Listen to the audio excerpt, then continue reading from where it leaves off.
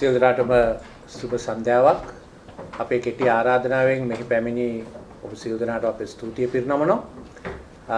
අපි මම අපතුයෙන් පැහැදිලි කරන්න ඕනේ අපි පසුගිය ජනවාරි 23 වෙනිදා අපි හිතුවා ලංකාව බංකොලොත් භාවයෙන් මුදා ගැනීම සඳහා වැඩපිළිවෙලක් අවශ්‍යයි කියලා. ඉතින් ඒ අනුව අපි කරුණු පහකින් යුතු වැඩපිළිවෙලක් ඉදිරිපත් කළා. නමුත් අවසනාවකට අපි පසුගිය අප්‍රේල් 12 වෙනිදා ලංකාව ප්‍රකාශයට පත් කළා අපට తాවකාලිකව අපගේ විදේශ ණය වලින් කොටසක් ගෙවීමට හැකියාවක් නැහැ කියලා.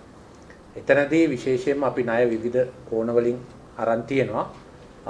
උදාහරණයක් හැටියට අපි බහුපාර්ශවීය ණය ලෝක බැංකුව ඒ වගේම මේ ආසියානු සංවර්ධන බැංකුව ඒ වගේම ආසියානු වැඩතල පහසුකම් බැංකුව වැනි බහුපාර්ශවීය අයගේ ණය ඒ අයගේ ණය අපි ගෙවනවා කියලා තමයි අපි කිව්වේ.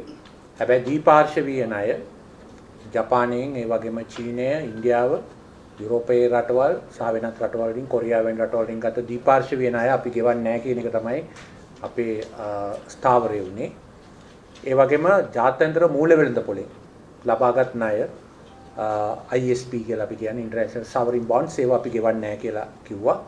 ඒ වගේම අපගේ බැංකු හරහා අපි ලබාගෙන තියෙන ණය අපි ඒවට කියන්නේ ශ්‍රී ලංකා ඩෙවලොප්මන්ට් බොන්ඩ්ස් ඒවා අපි ඩොලර් වලින් ලබාගෙන තියෙන්නේ. හැබැයි ඒ ඩොලර් වලින් ගෙවීමත් අපි ප්‍රතික්ෂේප කළා. ඒක තමයි අපේ ඒ කෙටි කාලීන ණය ප්‍රතික්ෂේප කිරීමේ ප්‍රතිඵලය. ආසන්න වශයෙන් අපේ රාජ්‍යයේ ණය ඒ අවස්ථාවේදී ආණ්ඩුවේ ණය ඩොලර් බිලියන 38ක් තිබුණා. රාජ්‍යයේ ණය ඩොලර් බිලියන 51ක් තිබුණා. ඒ 38න් 26ක් ඩොලර් බිලියන 26ක් ආපසු නොගෙවෙන ගණයට එකතු වුණා. ඒ කියන්නේ ආසන්නෙන් 3න් 2ක පමණ මුදලක්. ඉතින් ඒ අනුව අපිට ISP ඒ කියන්නේ ඉන්ටර්නැෂනල් සවරින් බොන්ඩ්ස් එකක් අපිට තියෙනවා ජූලි මාසේ කල්පිරණ එකක් මිලියන 1000ක. ඒකේ පොලිය ගෙවන්න තිබුණා. මේ මාසේ 14 වෙනිදා ඩොලර් බිලියන 68ක්. ඒකට අපිට දවස් 30ක් ලැබුණා අප්‍රේල් 12 ඉඳන් අපි ගෙවීමට හැරියා. එතකොට අපි නිල වශයෙන් අපි බංකොලොත් රටක් බවට ප්‍රකාශයට පත් වුණා. සවරින් බැංක් කියන තත්ත්වය අපිට ඇති වුණා. ඒ නිසා දැන් අපි බංකොලොත් භාවයේ මතුවෙන භයානක නරක ප්‍රතිඵල වලට අපිට දැන් මුහුණ දෙන්න සිද්ධ වෙනවා.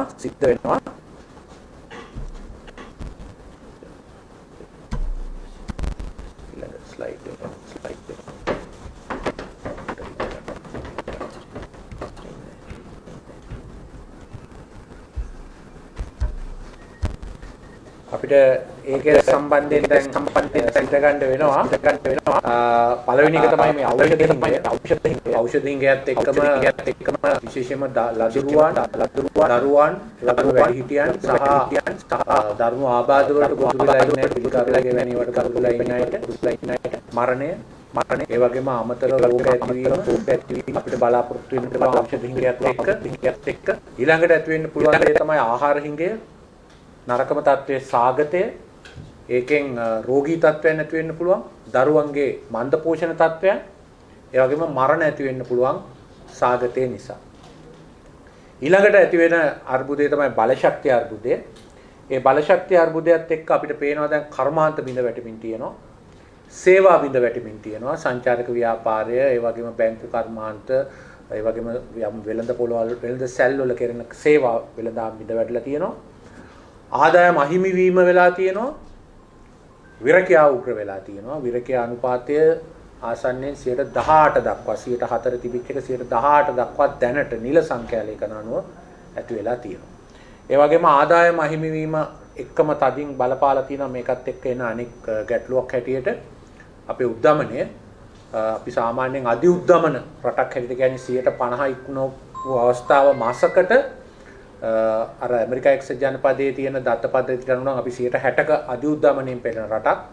ඒකට අධි උද්දමන තත්වයේ තුල රුපියලේ අගය ශීඝ්‍රයෙන් පිරිහෙමින් ඒකෙන් ඇතිවෙන අයථා ප්‍රතිඵල ගණනාවකට අපිට මුණ දෙන්න සිද්ධ වෙනවා. ඉතින් මේ අධි උද්දමන තත්ත්වයක් අපේ ඉතිහාසයේ කවදාවත් තිබුණේ නැහැ. උද්දමන තත්ත්වයන් තිබුණා. නමුත් අඩි උද්දමන තත්ත්වයට අපි මුහුණ දීලා තියෙනවා. ඒ වගේම අද වෙනකොට තියෙන ඊළඟ බරපතල ගැටලුව තමයි බැංකු පද්ධතියේ බිඳවැටීම. මෙතන ඉන්න පරණ අපේ රාජ්‍ය බැංකුවල ප්‍රධානී කීප දෙනෙක් හිටපු ඒ බැංකු පද්ධතියට බරපතල ප්‍රශ්නයකට අපිට බැංකු පද්ධතියේ ප්‍රශ්නයකට මුහුණ දෙන්න සිද්ධ වෙනවා මේ තත්ත්වයක් එක්ක. ඉතින් එම නිසා බැංකු පද්ධතිය බිඳවැටුනොත් මේ අපි දැනට අත්විඳින තත්ත්වයට අමතර ප්‍රශ්න වලට අපිට මුහුණ දෙන්න වෙනවා. ඒ කියන්නේ දැනට සරල උදාහරණයකට කිව්වොත් අපි ඒක ප්‍රාර්ථනා කරන්නේ දැනට අපි පෝලිං වල ඉන්නවා තෙල් නැහැ. ඒ වගේ අපි ATM මැෂින් එක ගාවට ගියාම අපිට සල්ලි නැති වෙන්න පුළුවන්. ඒ වගේම ATM මැෂින් ඉස්සරහා පෝලිං තියෙන්න පුළුවන්. තෙල් අපිට දෙන්නේ දැන් සීමා සහිතව වගේ ATM මැෂින් එකෙන් අපිට සීමා සහිත මුදලක් විතරක් ලැබෙන්න පුළුවන් බැංකු පද්ධතියේ ඇද වැඩි. බැංකු පද්ධතිය දැන්ටම ඩොලර් හිඟේ නිසා අර්බුදයට ගිහින් තියෙන්නේ. රුපියල් හිඟයකිනුත් පෙළෙනවා. ඒක ඉතාමත්ම නරක මූල්‍ය කළමනාකරණයක් තියෙන ශේෂ්ත්‍රයක්. බලශක්ති ශේෂ්ත්‍රයේත් මේ බැංකු පද්ධතියේත් තත්ත්වය. එතකොට අපි ගත්තොත් මේක නිසා ඇතිවෙච්ච තත්ත්වය අපි දන්නවා මුලදී ආර්ථික අර්බුදයක් ඇති වුණා. ඒ ආර්ථික අර්බුදයෙන් දේශපාලන අර්බුදයක් ඇති වුණා. උද්ඝෝෂණ ඇති වුණා. ඒ උද්ඝෝෂණ හා දේශපාලන අර්බුදයේ තියෙන අවිනිශ්චිත භාවය විසින් ආර්ථික අර්බුදය තව උග්‍ර කරලා තියෙනවා. අද අපිට හැමෝම කියන්නේ දේශපාලන ස්ථාවරත්වය හොයන් එන්න කියලා ආර්ථික අර්බුදය විසඳන්න. නමුත් ආර්ථික අර්බුදයෙන් දේශපාලන අර්බුදය ඇති වුණාට දැන් දේශපාලන අර්බුදය තමන්ගේම වූ ස්වාධීන අර්බුදයක් බවට පත් වෙලා ඒක ආර්ථික අර්බුදයට ගැටලු සහගත තත්යකට ඇවිල්ලා තියෙනවා. ඒ වගේම ලංකා ඉතිහාසයේ පළවෙනි වතාවට මේ රාජ්‍ය පාලනයේ විධායකයන් ව්‍යවස්ථාදායකයන් ගිලිහුණා. ඒකේ නරකම තත්ත්වය තමයි අරාජිකවාදය. ඒ අරාජික තත්ත්වය අපි දැක්කා මේ 9, 10, 11 දිනවල. ඒ අරාජික තත්ත්වය ඉදිරි කාලෙදී සමහර විට මාස ගණන් පවතින්න පුළුවන් මේ තත්ත්වය උග්‍ර වුණොත්. එවැනි තත්ත්වයන් තුල ලෝකයේ ඇති වෙන දෙයක් තමයි මේ අපි කියන්නේ අර අපි සාමාන්‍යයෙන් දක්ෂිණාංශික ජනකාන්තවාදී දේවල්. ඒ කියන්නේ right wing populistලා කියලා අපි කියනවා. වාමාංශික ජනකාන්තවාදී left wing populistලා කියලා අපි කියනවා. ඇත්තටම මෙවැනි අරාජික වාතාවරණයන් හැම තමයි අතීතයේ අපි ඉගෙනගෙන තියෙන්නේ 1917 මේන්ෂෙවික් විප්ලවය හා බෝල්ෂෙවික් විප්ලවය රුසියාවේ ඇති වුණේ. ඒ වගේම 1923 ඉතාලියේ ෆැසිස්ට්වාදය ජයගත්තේ. ඒ වගේම 1930 ගණන් වල මුල භාගයේදීම ජර්මනියේ නාසිවාදය ජයගත්තේ. ඒවා සිද්ධ වුණේ එවැනි අරාජික වාතාවරණයකට උත්තර හැටියට. ජර්මනිය දරුණු ආර්ථික අර්බුදයකට ගිහිල්ලා ඩොයිච් මාක් එකේ අගේ සම්පූර්ණයෙන්ම පිරිහිලා තියෙන මොහොතක තමයි හිට්ලර් බලයට ආවේ. ඒතර ඒ වගේ මේ අන්ත දක්ෂිණාංශික ඒ වගේම අන්ත වාමාංශික ප්‍රශ්න වලට මුහුණ දෙන්න පුළුවන්. ඒ අතීතයේ මේ මෑත ඉතිහාසය ගත්තොත් ලෙබනනය, ග්‍රීසිය ඒ වගේ රටවල් වල මේක අපිට අත්දැකීමක් හැටියට එනවා. ඉතින් මේ සඳහා මේ දේශපාලන අරාජිකත්වය ගැන වගකිය යුතු දේශපාලන නායකයෝ හැටියට අපිට දේශපාලන ප්‍රතිසංස්කරණ අවශ්‍යයි. ඒක දැන් මූලික දෙයක්. ඒක තමයි වගකීම. දැනට පාර්ලිමේන්තුවේ විශාල දෝෂාරෝපණයක් එල්ලලා තියෙනවා. මාස ගාණක් මේකට පිළියම් ගත්තේ නැහැ කියලා. එතකොට ඒකෙදි ප්‍රධාන එකක් මේ 21 වෙනි ආණ්ඩුක්‍රම ව්‍යවස්ථා සංශෝධනය. දැන් මේ භාගයකට කලින් මනෝ ගණේෂන් මහත්තයම අපි අග්‍රාමාත්‍යතුමත් එක්ක අපි සාකච්ඡා වටේකට සහභාගී වුණා. ඒ සම්බන්ධයෙන් අපි මූලික එකඟතා කීපයක් ඇති කරගත්තා. ඒ කියන්නේ ජනමත විචාරණයකට තුඩු දෙන්නේ නැති යම් සංශෝධනයක් ජනාධිපති ධූරය හා පාර්ලිමේන්තුව සම්බන්ධයෙන් සිදු කරගත යුතුයි කියලා.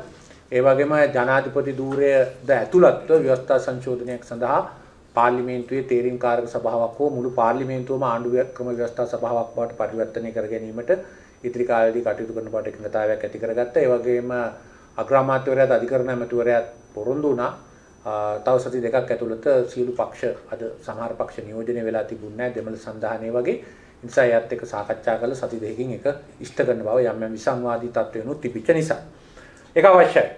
ඒ වගේම සර්වපාක්ෂික ආණ්ඩුවක් නමින් එතනින් මෙතනින් ගත්ත පිරිසක් නෙවෙයි සර්වපාක්ෂික නියෝජනයක් සියලු දෙනාගේම බලගතු නියෝජනයක් සහිතව ඒ වගේම අපි යෝජනා කරන්නේ පාර්ලිමේන්තුවේ ඉන්න 224 දෙනාටම මේ අමාත්‍යාංශ අධීක්ෂණය කිරීමේ හැකියාව තියෙන තත්ත්වයක් ඇති කරගත්තාම හැම කෙනාම ඒකේ කොටස්කාරයෝ බවට පත් වෙනවා.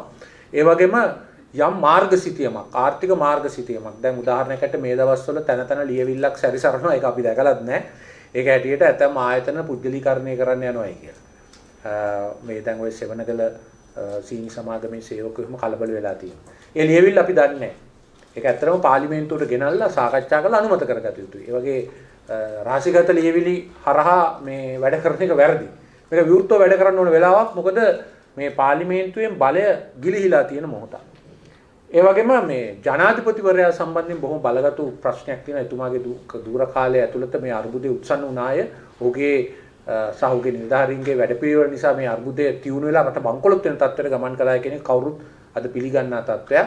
ඒ නිසා එතුමා ධූරයේ ඉවත් වෙන වකවාණු ප්‍රකාශ කිරීම ඉතාම අවශ්‍යයි. ඒ වගේම අමාත්‍යාංශවල ලේකම්වරු නම් දැනට පත් කරලා තියෙනවා. නමුත් ඇතැම් ලේකම්වරු කියන්නේ මේ අර්බුදයට දායක වෙච්ච අය. ඒ වගේම ප්‍රධාන රාජ්‍ය ආයතන නිලධාරීන්. විශේෂයෙන්ම ලංකා බැංකුව, මහජන බැංකුව, ජාතික ඉතිරි කිරීම බැංකුව, ලංකා විදුලි බල මණ්ඩලය, කාර්ය නීතිගත සංස්ථාව, ඖෂධ නීතිගත සංස්ථාව, ඒ වගේම ජල සම්පාදන මණ්ඩලය වැනි ආයතනවල අනිවාර්යයෙන්ම වෘත්තීය නිපුණතාවයට මුල් තැන දීලා නැතුව මේ දේශපාලන පිරිසත් එක්ක ගමනක් නැහැ. නිසා ඒකට එකඟතාවයෙන් යුතු පිරිස පත් කරගන්න ඕනේ. ඒක තමයි මේ තියෙන්නේ. විශේෂයෙන්ම ශ්‍රී ලංකා මහ බැංකුව හා මූල්‍ය මණ්ඩලය, මහ භාණ්ඩාගාරය, ඔබ දකින්න ඇති මහ බැංකුව නිලධාරීන් අපි ප්‍රශ්න කරා කෝප් එකට ගෙනල්ලා අපේ තියෙන බලගතු පනතක් මොනිටරි මේ MLA එක මොනිටරි ලෝ ඇක්ට් කියන එක ඒ පනතට පටහැනිව හිටපු මහ බැංකුව අධිපතිවරු මූල්‍ය මණ්ඩලය කටයුතු කළ තියෙන බව ඉතාම පැහැදිලි. මහ බැංකුවේ කාර්යභාරය වෙච්ච මේ මූල්‍ය ස්ථාවරත්වය ඇති කර ගැනීම, භාණ්ඩාගාරයේ කාර්යභාරය වෙච්ච රාජ්‍ය මූල්‍ය ස්ථාවරත්වය කියන කාරණාවලදී මුදල් අමාත්‍යාංශයේ ලේකම්වරයාත්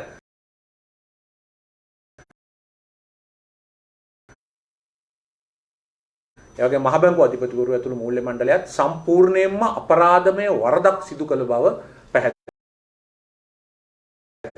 ඒ අනුව අර පාස්කු ප්‍රහාරය සම්බන්ධයෙන් යම්කිසි කොමිෂන් පත් කරලා අපරාධමය වරදක් විභාග කරනවා වගේ මේ රටේ ලක්ෂ 220ක්ගේ ජීවිත අනතුරට දැමීම සම්බන්ධයෙන් ඔවුන් සම්බන්ධෙනුත් යම් කොමිෂන් සභාවක් ඇති කරන්න ඕනේ කියලා මම කෝප් එකට යෝජනා කළා. ඒක සභාපතිවරයා පිළිගත්තා.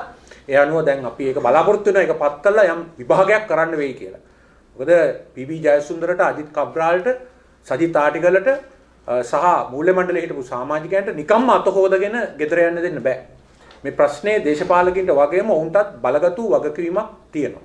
ඒ වගේම බැංකු පද්ධතිය විශ්ලේෂණය කිරීමේදී අපිට පෙනුණා ලංකා බැංකුව, මහජන බැංකුව වගේ ආයතන හිතවත් ව්‍යාපාරිකයන්ට අතිවිශාල ධනස්කන්ධයක් ලබා දීලා තියෙන බව. ඒ කියන්නේ අක්‍රිය ණය හැටියට ගත් කල ලංකා බැංකුවේ විතරක් දැනට තියෙනවා බිලියන 140ක්. මේ කොවිඩ් මොරටෝරියම් එක ඉවත් වුණාට පස්සේ මේක බිලියන 200 ඉක්මවන නියමිතයි. එතකොට මේක මේ අපිට මාස 3ක් පටි ගෙවන්න තියෙන සල්ලි. මේ ව්‍යාපාරිකයන් කීප දෙනෙක් ලබාගෙන තියෙනවා. ඒ වගේ බොහොම බරපතල සිද්ධි, එවැනිම සිද්ධි මහජන බැංකුවේ තියෙනවා. ඒ වගේම ලංකා බැංකුවත් මහජන බැංකුවත් තමන්ගේ සතුව තියෙන තැන්පතු වලින් 50% රජයට ණය දීලා තියෙනවා. ඒ 7.5ක් රජයෙන් පොලියක් හෝ ණය අපසු ගෙවීමක් වෙන්නේ නැහැ. ඒතර මේ බැංකුවල තැන්පතු කරුවන්ට බලගතු අසාධාරණයක් වෙනවා. ඒ වගේම ජාතික ඉතිරි කිරීමේ බැංකුව හැර මේ කිසිම බැංකුවක් සම්බන්ධයෙන් රජයේ වගවීමට බැඳිලා නැහැ. ඒ අනුව මේ බැංකු දෙකේ යම් බිඳවැටීමකට තුඩු දෙන විදිහේ මේ ගණදෙනු කිරීම ගැන එහි අධ්‍යක්ෂක මණ්ඩලය හා සභාපතිවරු සම්පූර්ණ වගකිව යුතුයි. ඒ ගැන අපි ක්‍රියා කරන්න ඕනේ. ඒ වගේම දේශීය ආදායම් දෙපාර්තමේන්තුව, රේගුව හා සුරාපත් දෙපාර්තමේන්තුව, විදුලි බල මණ්ඩලය හා ලෙකෝ ආයතනය, කාන්තේ නීතිගත සංස්ථාව, කාන්තේ පාර්යන්තය, ලිට්‍රෝ ගෑස් සමාගම. අතර මේ ලිට්‍රෝ ගෑස් සමාගමේ සභාපතිවරයා කෝප් එක හමුවට ආවා. ඔහුගේ තනි තීරණයකින් ඔහු ගත්තා මේ අර කුණාඩු සහගත තත්ත්වයක් තියෙන නිසා නැවට ඒ අදාළ නලය සම්බන්ධ කරගන්න බෑ. අපි ලොරි දාලා දිනවා කියලා. ඒකෙන් ඇත්තටම මේ විශාල පමාවක් මේ ගෑස් සැපයීමේ සිද්ධ වුණා. ඒ වගේම මේ වෙනකොට ලාෆ් ගෑස් සමාගමේ පර්යන්තයක් තියෙනවා හම්බන්තොට. ඒක පාවිච්චි වෙන්නේ නැහැ. ඉතින් නමුත් මෙහි මිනිස්සු දහස් ගණන් පොලිමේ ඉන්නවා. ලක්ෂ 40ක් හිස් ගෑස් ටැංකි රටේ තියෙනවා. දවසකට ගෑස් ටැංකි 50000යි නිකුත් කරන්නේ. පැය 12යි වැඩ කරන්නේ. ඉතින් මෙහෙම බෑ. මේ නැවක් අපි මුදාගත්තා නම් නැව වහාම ලබා දෙන්න ලිට්‍රෝද ලාෆ්ද වැඩක් නැහැ. ඒ රජයේ වගකීමක් ඒ අපරයන්ත ක්‍රියාත්මක කළ එක කරන්න. ඉතින් ඒව කරන්නේ නැහැ. මොකද මේ දේශපාලනමය සභාපතිලා. මේ ගැන අපි ක්‍රියා කරන්න ඕනේ ඉදිරියේදී. ඒක තමයි ඒ ප්‍රධාන ප්‍රශ්නය. අනික ජල සම්පාදන මණ්ඩලයේ තාම ප්‍රශ්නයක් නැතුණා. අනාගතේ ප්‍රශ්නයක් එන්න තියෙනවා. අනික ඖෂධ නීතිගත සංස්ථාව. ඒකත් දැන් කෝප් එක හමුවට එන්න නියමිතයි. අපිට බලන්න පුළුවන් ඖෂධ නීතිගත සංස්ථාව මේ පහුගිය කාලේ වගකීමෙන් ක්‍රියා කළාද කියලා මේ ඖෂධ හිඟේ පිළිබඳ කාරණේදී. ඒ වගේම මේ ප්‍රශ්නය අපි ඇත්තටම පාර්ලිමේන්තුවේ කිව්ව එකයි මේ බලශක්ති අර්බුදය මූල්‍ය අර්බුදය එකට එකක් අත්වැල් බැඳගෙන යන්නේ. ආර්ථිකයේ ශරීරයක් නම් බලශක්තිය තමයි ඒකේ රුධිර වාහිනී පද්ධතිය, මූල්‍ය පද්ධතිය තමයි ඒක ස්නායු පද්ධතිය. රුධිර නාල පද්ධතිය නැවතුණත් හදවත නතර වුණත් මිනිස්සු මැරෙනවා. මොළේ නතර වුණත් මිනිස්සු මැරෙනවා. ඒ නිසා මේ පද්ධති දෙක තමයි ජීවය. මේ පද්ධති දෙකේම ජීවය අද බරපතල අර්බුදයකට ගිහින් දෙනවා. මේ පද්ධති දෙක මේ අපි කියනවා මේ ස්ට්‍රීම්ස් දෙක, ඒ කියන්නේ එනර්ජි and finance කියන මේ ස්ට්‍රීම් දෙක තමයි අපේ ජීවිතයේ ආර්ථිකයේ දෙකම අද අර්බුදයට ගිහින් තියෙනවා. ඊළඟට අප හමුවේ මොකද්ද මේ විසඳුම? මම මේ පළවෙනි එක මේ ගජමිතුරු විකිණීම කියලා දැම්මේ. මේක තමයි බැසිල් රාජපක්ෂ මහත්තයා අනුගමනය කරන්න ගිය උත්සාහය. එතුමා දරන්න ගිය උත්සාහය එකයි. ඒ කියන්නේ කොහේ හරි තියෙන මොන හරි ටිකක් දීලා රාජදේපොළ ටිකක් කොහොම හරි දීලා මාසෙකින් දෙකකින් නැත්නම් තුනකින් අර්බුදය කල් දමා ගැනීමේ ක්‍රියාවලිය. පළවෙනි ඩොලර් මිලියන් 500ට ඉන්දියාවට වරාය දුන්නා. තව ඩොලර් මිලියන් 250කට අපේ විදුලි බල මණ්ඩලයේ සතු බලාගාර දෙකක් හා ගෑස් සැපයුම ලබා දුන්නා. දැන් ඒ කම්පැනි එක ගැන අහන්නවත් නැහැ. අර නිව් පෝර්ට්‍රස් එනර්ජි කියන එකට තව ඩොලර් මිලියන් 500කට තිරිකුණාමලේ තෙල් ටැංකි පවරා දුන්නා. මොන දේශප්‍රේමී කතා කිව්වත් ඒක තමයි ඇත්ත. ඊළඟට තවත් ඩොලර් මිලියන් 500කට දකුණු තිරිකුණාමලේ සම්පූර්ණ ඉඩම් පද්ධතිය සූර්ය බල පද්ධතියකට පුජ්‍යලික සමාගමකට ලබා දුන්නා. අදානි සමාගමකට. දැන් තවත් ඩොලර් මිලියන් 500කට හලාවත සිට පුනගරි දක්වා සම්පූර්ණ සුලන් බලාගාර පද්ධතිය ලබා දෙන්න යනවා. ඒක උන්ට ලබා දෙන්න බැරි නිසා අපේ පනත වෙනස් කිරීම සඳහා දැන් පනතක් විදුලි බල පනත ගේන්න යනවා. ඒතර මේ විදිහට අනුක්‍රමයෙන් අපේ මේ විකිණි මේවා කිසිම ප්‍රසම්පාදන ක්‍රියාවලියක් නැහැ, කිසිම විවෘත ක්‍රියාවලියක් නැති ක්‍රියාදාමයකට අපි ගොඩ ගිහින් තියෙනවා. ඒකෙන් අපිට ගැලවීමක් නැහැ. මේ ප්‍රශ්නේ විසඳන්න, මේ පරම්පරාවේ ප්‍රශ්න විසඳන්න තව පරම්පරා ගණනාවක ඉරණම බාවාදීම තමයි වෙන්නේ. ඊළඟට මේ රනිල් වික්‍රමසිංහ මහත්මයා සම්බන්ධයෙන් තියෙන විශ්වාසය, ඒක තමයි අපි මේ ඊළඟ එක දාලා තියෙන්නේ යසමිතුරු උපකාරය. ඒ කියන්නේ හුඟක් දෙනෙක් විශ්වාස කරනවා මේ අරගලයේත් සෑහෙන්න පස්සට යන්න හේතු වුණා රනිල් වික්‍රමසිංහ මහත්තයා අර සාගර කාර්යෝසම් මහත්තයා කියනවා වගේම රනිල් මහත්තයාව ගහලා තියෙන ඩොලර් හොයන්න. ඩොලර් හිව්වට පස්සේ එයාගේ කාර්යභාරය ඉවරයි. ඒ නිසා මේක කරන්න අපි හුඟක් දෙනෙක් බලාපොරොත්තු වෙනවා ජපානයෙන්, එහෙම නැත්නම් ඇමරිකා එක්සත් ජනපදයෙන්, එහෙම නැත්නම් ඉන්දියාවේ,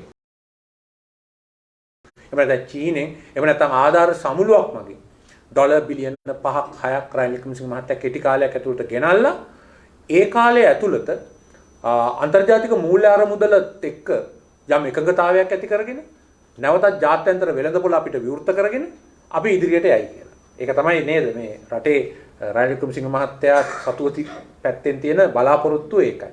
ඒක වෙයිද? ඒක තමයි ගමන් මග හැටියට තියෙන්නේ. ඉතින්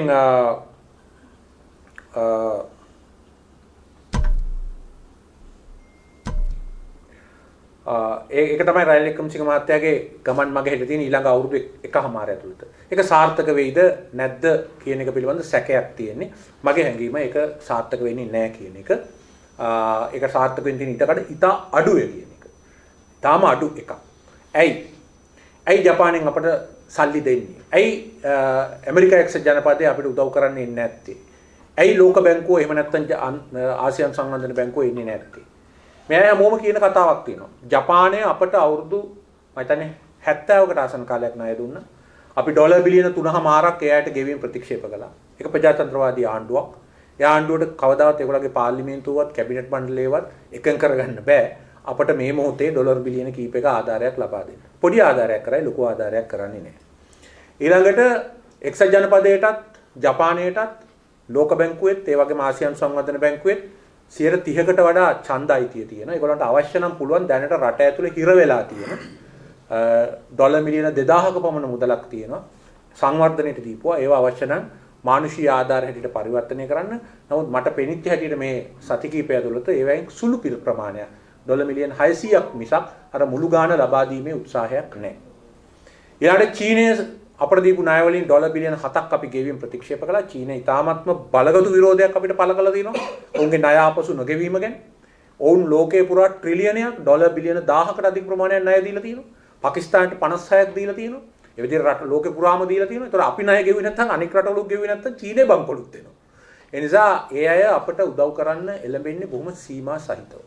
මේ වගේ මේ අපි නොඑක් දේවල් දිහා බලාපොරොත්තු වෙන අපේ ඇමතුමා ඉන්නවා මේ විදේශ ශ්‍රමිකයන් පිළිබඳ එතුමාට ලොකු සැලසුමක් බලාපොරොත්තුවක් වැඩපිළිවෙලක් කරගෙන යනවා මේ ශ්‍රමිකයන්ගේ ප්‍රේෂණ වැඩි කරගන්න. ඒක හැබැයි එතුමාට තනියෙන් කරන්න බෑ. ඒක මහ බැංකුවේ මූල්‍ය ප්‍රතිපත්තියත් එක්ක එකට යන්නේ. ඉතින් ඒ කාරණා සම්බන්ධයෙන් අපි යම් හේකින් පසුබෑමකට ලක් වුණොත් මොකද වෙන්නේ කියන ගැටලුව තියෙනවා. ඉතින් මම හිතන්නේ තාම සුළු ඉඩකඩක් තියෙන්නේ අපිට මේ යසමිතුරු උපකාරයක්, අපේ හිතවත් රටවල උපකාරයක්. අපිට අර රනිල් වික්‍රමසිංහ මහත්මයා 2001 LTTEත් එක්ක සාමගි විසුම අත්සන් කළ අවස්ථාවේ රට නැවත පුනරුත්ථාපනය කිරීම සඳහා ඩොලර් බිලියන 4කට වඩා වැඩි මුදලක් ඒ අවස්ථාවේ පොරොන්දු වුණා වගේ. ඒ වගේම මේ සුනාමි අවස්ථාවේ චන්ද්‍රිකා බණ්ඩාරනායක මැතිණියට පොරොන්දු වුණා වගේ තත්ත්වයක් දැන් උදා වෙයිද කියලා මගෙන් ඇහුවොත් ඒ වගේ දෙයක් කරගන්න පුළුවන්ද කියලා 90ක් බෑයි කියලා තමයි මම කියන්නේ. 10ක් පුළුවන් කියලා කියන්නේ අපි ඒක දන්නේ නැහැ. අපි ඒකට අවස්ථාව හැබැයි රනිල් වික්‍රමසිංහ මහත්තයාට ඒකට ඉඩ දෙන්න ඕනේ. පළවෙනි දවසේ ඉඳන් ඔහුට පහර දීම වැරදි. ඔහුට ඉඩ දෙන්න ඕනේ මේ අවස්ථාව උදා කරන්න. හැබැයි එතුමාට ලොකු කාලයක් නැහැ. මේ ඊළඟ මාස 2 ඇතුළත නැත්නම් 3 ඇතුළත එතුමා ඒක කරලා පෙන්වන්න වෙනවා. නැත්නම් රට ඇතුලෙන් විශාල බලවේගයක් උද්ඝෝෂණයක් තාමාස කීපකින් එන නිසා. ඉතින් මේ සියල්ල අසාර්ථක වුණොත් මොකද කරන්නේ? ඒක තමයි අපි දැන් කතා කරන්න ඕනේ. රනිල් වික්‍රමසිංහ මහත්තයාගේ ක්‍රියාදාමයේ හරි ගියොත් හොඳයි. අපට තල්ලු වෙලා ගිය හැකි මේ අවුරුදු එකමාර ඇතුළත ආයි පරණ පුරුදු ක්‍රමයට. මේ සියල්ල අසාර්ථක වුණොත් අපි මොකද කරන්න කියලා අපිට තියෙන්න ඕනේ වැඩ පිළිවෙල. අන්න ඒක තමයි. ඒ කියන්නේ මේ සියලුම තුරුම්පු ගහලා ගියොත් මොකද ලංකාව කරන්න කියන එක තමයි අද අපි ඔබට ඉදිරිපත් කරන්න බලාපොරොත්තු වෙන්නේ. මේ ප්‍රශ්නය මමත් අපේ අජිත් අමරසිංහ විශේෂඥ වෛද්‍යාචාර්යතුමාත් අපි එක්කහුව වෙලා මේ රටේ යම් ආර්ථික විද්‍යාඥයෝ පිරිසකට, ආහාර විද්‍යාඥයෝ පිරිසකට, සෞඛ්‍ය විද්‍යාඥයෝ පිරිසකට, ප්‍රවාහන විශේෂඥයෝ පිරිසකට අපි ඉදිරිපත් කළා. මම හිතන්නේ සති නේද? 3කට විතර කලින්. මේ සියල්ල අසාර්ථක වුණොත් මොකද කරන්න කියලා. ඒ අපට නොඑක් අදහස් ලබා දුන්නා, යෝජනා ලබා දුන්නා. අපි ඒක සටහන් කරගත්තා. ඒ සටහන් කර ගැනීමෙන් ආපු අදහස් ගොන්න තමයි දැන් අපි අද ඔබට ඉදිරිපත් කරන්න බලාපොරොත්තු වෙන්නේ. මේ සියල්ල අසාර්ථක වුණොත් මොකද කියලා. කොටින්ම රාජපක්ෂරුගේ පැටිකිරිය ගැන කිව්වොත් සුළු දෙයක් කරලා තියෙන්නේ. සරලව කිව්වොත් සුළු දෙයක් නෙවෙයි, බරපතල දෙයක් කරලා තියෙන්නේ. සරලව කිව්වොත් 1960ට ආපහු අපි අරන් ගිහින් තියෙනවා. අපි අර අතීතයට යන යානා ගැන එහෙම ඔය එක විද්‍යාත්මක කතා අහලා තියෙනවා. අනාගතයට යන යානා ගැන අහලා තියෙනවා. රාජපක්ෂවරු අපේ රට අරන් ගිහින් තියෙනවා 1960ට. ඒගොල්ලෝ හා ඒගොල්ලන්ගේ පවුල් 2200ට අරන් ගිහින් තියෙනවා. කියන්නේ තව අවුරුදු 200කටවත් ඒගොල්ලන්ගේ පවුලට ප්‍රශ්නයක් වෙන්නේ නැහැ. එච්චර ධන උත්පාදනයක් කරගෙන තියෙනවා. අපිව 60ට අරන් ගිහිල්ලා මේ රටේ ලක්ෂ 220ක් ඒගොල්ලන්ගේ පවුල් තව අවුරුදු 150 200ක් ඉස්සරහට අරන් ගිහින් තියෙනවා. මට මේ රාජපක්ෂ පවුලේ ප්‍රබල ඥාතියෙක්ම කිව්වා අපි අවුරුදු 150කට හොයලා තියෙන්නේ කියලා. මට කිව්වා. කිසිම දෙයකට ඕගොල්ලන්ට අපිව හොල්ලන්න බෑ කියලා. ඉතින් ඒක තමයි ඇත්ත. හැබැයි අපි හා අපේ දරු පවුල් අපිව ගෙනිහින් තියෙන 1960ට. ඒ කියන්නේ මේ රටේ 5% විදුලි බලය තිබිච්ච නේද? වාහන 50000ට වඩා අඩු ප්‍රමාණයක් තිබිච්ච කෝටියක ජනතාවක් ඒ වෙලාවේ වාසය කළේ. ඒ වගේ තත්ත්වයේ කවුරුත් දන්නවා, මේ වැඩිහිටියෝ දන්නවා. ඒ කාලවකවානුව මෙතන හුඟක් දෙනෙක් 60ට පස්සේ ඉපදිච්ච අය ඇත්තේ. නමුත් ඒ කාලයට ආපහු යාම තමයි කරේ. එතන ඉඳන් අපි කොහොමද යන්නේ? ඒකට අපි මොනවද කරන්න ඕනේ? මේකට පළමුවෙන්ම කරන්න ඕන එක තමයි මේ රාජ්‍ය මූල ස්ථායීකරණය. එහෙම නැත්නම් මේ ආණ්ඩුවේ ආදායම් වියදම් පාලනය. මේ ඊටාම සරලව කිව්වොත් අපි අපේ ආදායමයි වියදමයි රුපියල් වලින් ගත්තොත් අපි ඒක සමාන කරගන්න ඕනේ. ඊටාම සරලව කිව්වොත් ඕකයි. ඒ කියන්නේ ආණ්ඩුවේ එදිනෙදා වියදම් ආණ්ඩුවේ එදිනෙදා ආදායම් වලින් පියව ගන්න පුළුවන් වෙනවා. ප්‍රාථමික ශේෂය කියන්නේ ප්‍රාග්ධන මේ ණය හා පොලි ගෙවීම හැර ප්‍රාග්ධන වියදමත් එක්ක අපේ වියදම් අපේ ආදායම් වලින් පියවා ගැනීම. ඒක මේ අමාරු දෙයක් නෙවෙයි. ඒක 2018 දී මංගල සමරවීර මහත්තයා කාලේ ඒක ලබා ගත්තා යහපාලන කාලේ. ඒ தත්ත්වය ලබා ගත්තා අපි. ඒ தත්ත්වය ආයි වහාම ෂණිකව ලබා ගන්න ඕනේ. ඊළඟට මේ බදු පිළිබඳ தත්ත්වය ඒක දැන් ලොකුවට සාකච්ඡා වෙන දෙයක්. මේ බදු ඍජු බදු හා වක්‍ර බදු ඇති හැකියාවෙන් ගන්න ඍජු බදු ප්‍රමාණය ලංකාවේ 18%යි. මේ කලාපේනේ මේ මුළු ලෝකෙම තියෙන නරකම තත්ත්වයක්. හැමෝගෙම ගන්න වක්‍ර බදු ප්‍රමාණය 82%යි. මේක යම් සමාජ මූලධර්ම සාධාරණත්වයේ මූලධර්ම වලට අනුකූලව 40යි 60යි කරන්න ඕනේ. යහපාලන ආණ්ඩුව මේක පොරොන්දු වුණා. නමුත් මේක කරගන්න බැරි වුණා. මේ බදු කප්පාදුවත් එක්ක මේ කොටාබේ රාජපක්ෂ මහත්තයාගේ මේක තවත් නරක තත්ත්වයට ගියා. ඊළඟට ආණ්ඩුවේ වියදම් පාලනය ඒ සම්බන්ධයෙන් මම හිතන්නේ අලුත් අයවැයකින් ක්‍රියා කරන්න බලාපොරොත්තු වෙයි. ඊළඟ රාජ්‍ය ණය කළමනාකරණය. ඒ කියන්නේ මේ රාජ්‍ය ණය පිළිබඳව හොඳ විගණනයක් අවශ්‍යයි. ඇත්තටම මේ නව මහ බැංකුව අධිපතිවරයා විතරයි මේ පහුගිය කාලේ මේ ඇත්ත පිළිගත්තේ. පසුගිය අයවැය කතාව බලන්න මගේ බසිල් රාජපක්ෂ මහත්තයාගේ රටේ දලදේශීය නිෂ්පාදනය සම්බන්ධයෙන් පවා දීලා තිබුණා ඉලක්කම් 3ක්. භාණ්ඩාගාරයෙන් එකක්, අයවැය කතාවේ තව එකක්, මහ බැංකුවේ තව එකක්. රටේ ණය සම්බන්ධිනුත් එමය. මේ ණය ඇත්ත ගාන ගැන අපි බොහොම දන්නේ නැහැ. දැන් තමයි මේ ටික මේ කාරණා එළි වෙනකොට අපිට ඒවා ලබා ගන්න පුළුවන්. පළවෙනි එක තමයි මේ රාජ්‍ය ණයවල වෝහාරික විගණනයක් කළා. අපි දැනගන්න ඕනේ මේකේ තියෙන ණයවල ව්‍යුහය කොහොමද තියෙන්නේ. අපේ කාටද අපි ණය කොයිතරම් ප්‍රමාණවලින්ද ණය කියන එක පිළිබඳ යම් වෝහාරික විගණනයක් කරගෙන ඕනේ. ඒ වගේම කිසිම විදියකට මේ දැනට සමහර යෝජනා කරනවා මේ භාණ්ඩාගාර බිල්පත් හා බැඳුම් කර ලංකාවේ එදිනෙදා ජීවිතය ගෙනියන්න මහ බැංකුව යොදපු උපක්‍රමය තමයි භාණ්ඩාගාර බිල්පත් හා බැඳුම් කර නිකුත් කරපු එක. ඒ බැඳුම් කර හා බිල්පත් වල වැඩි හරියක් යොදලා තියෙන්නේ මේ රටේ වැඩ කරන ජනතාවගේ EPF එක ETF එක.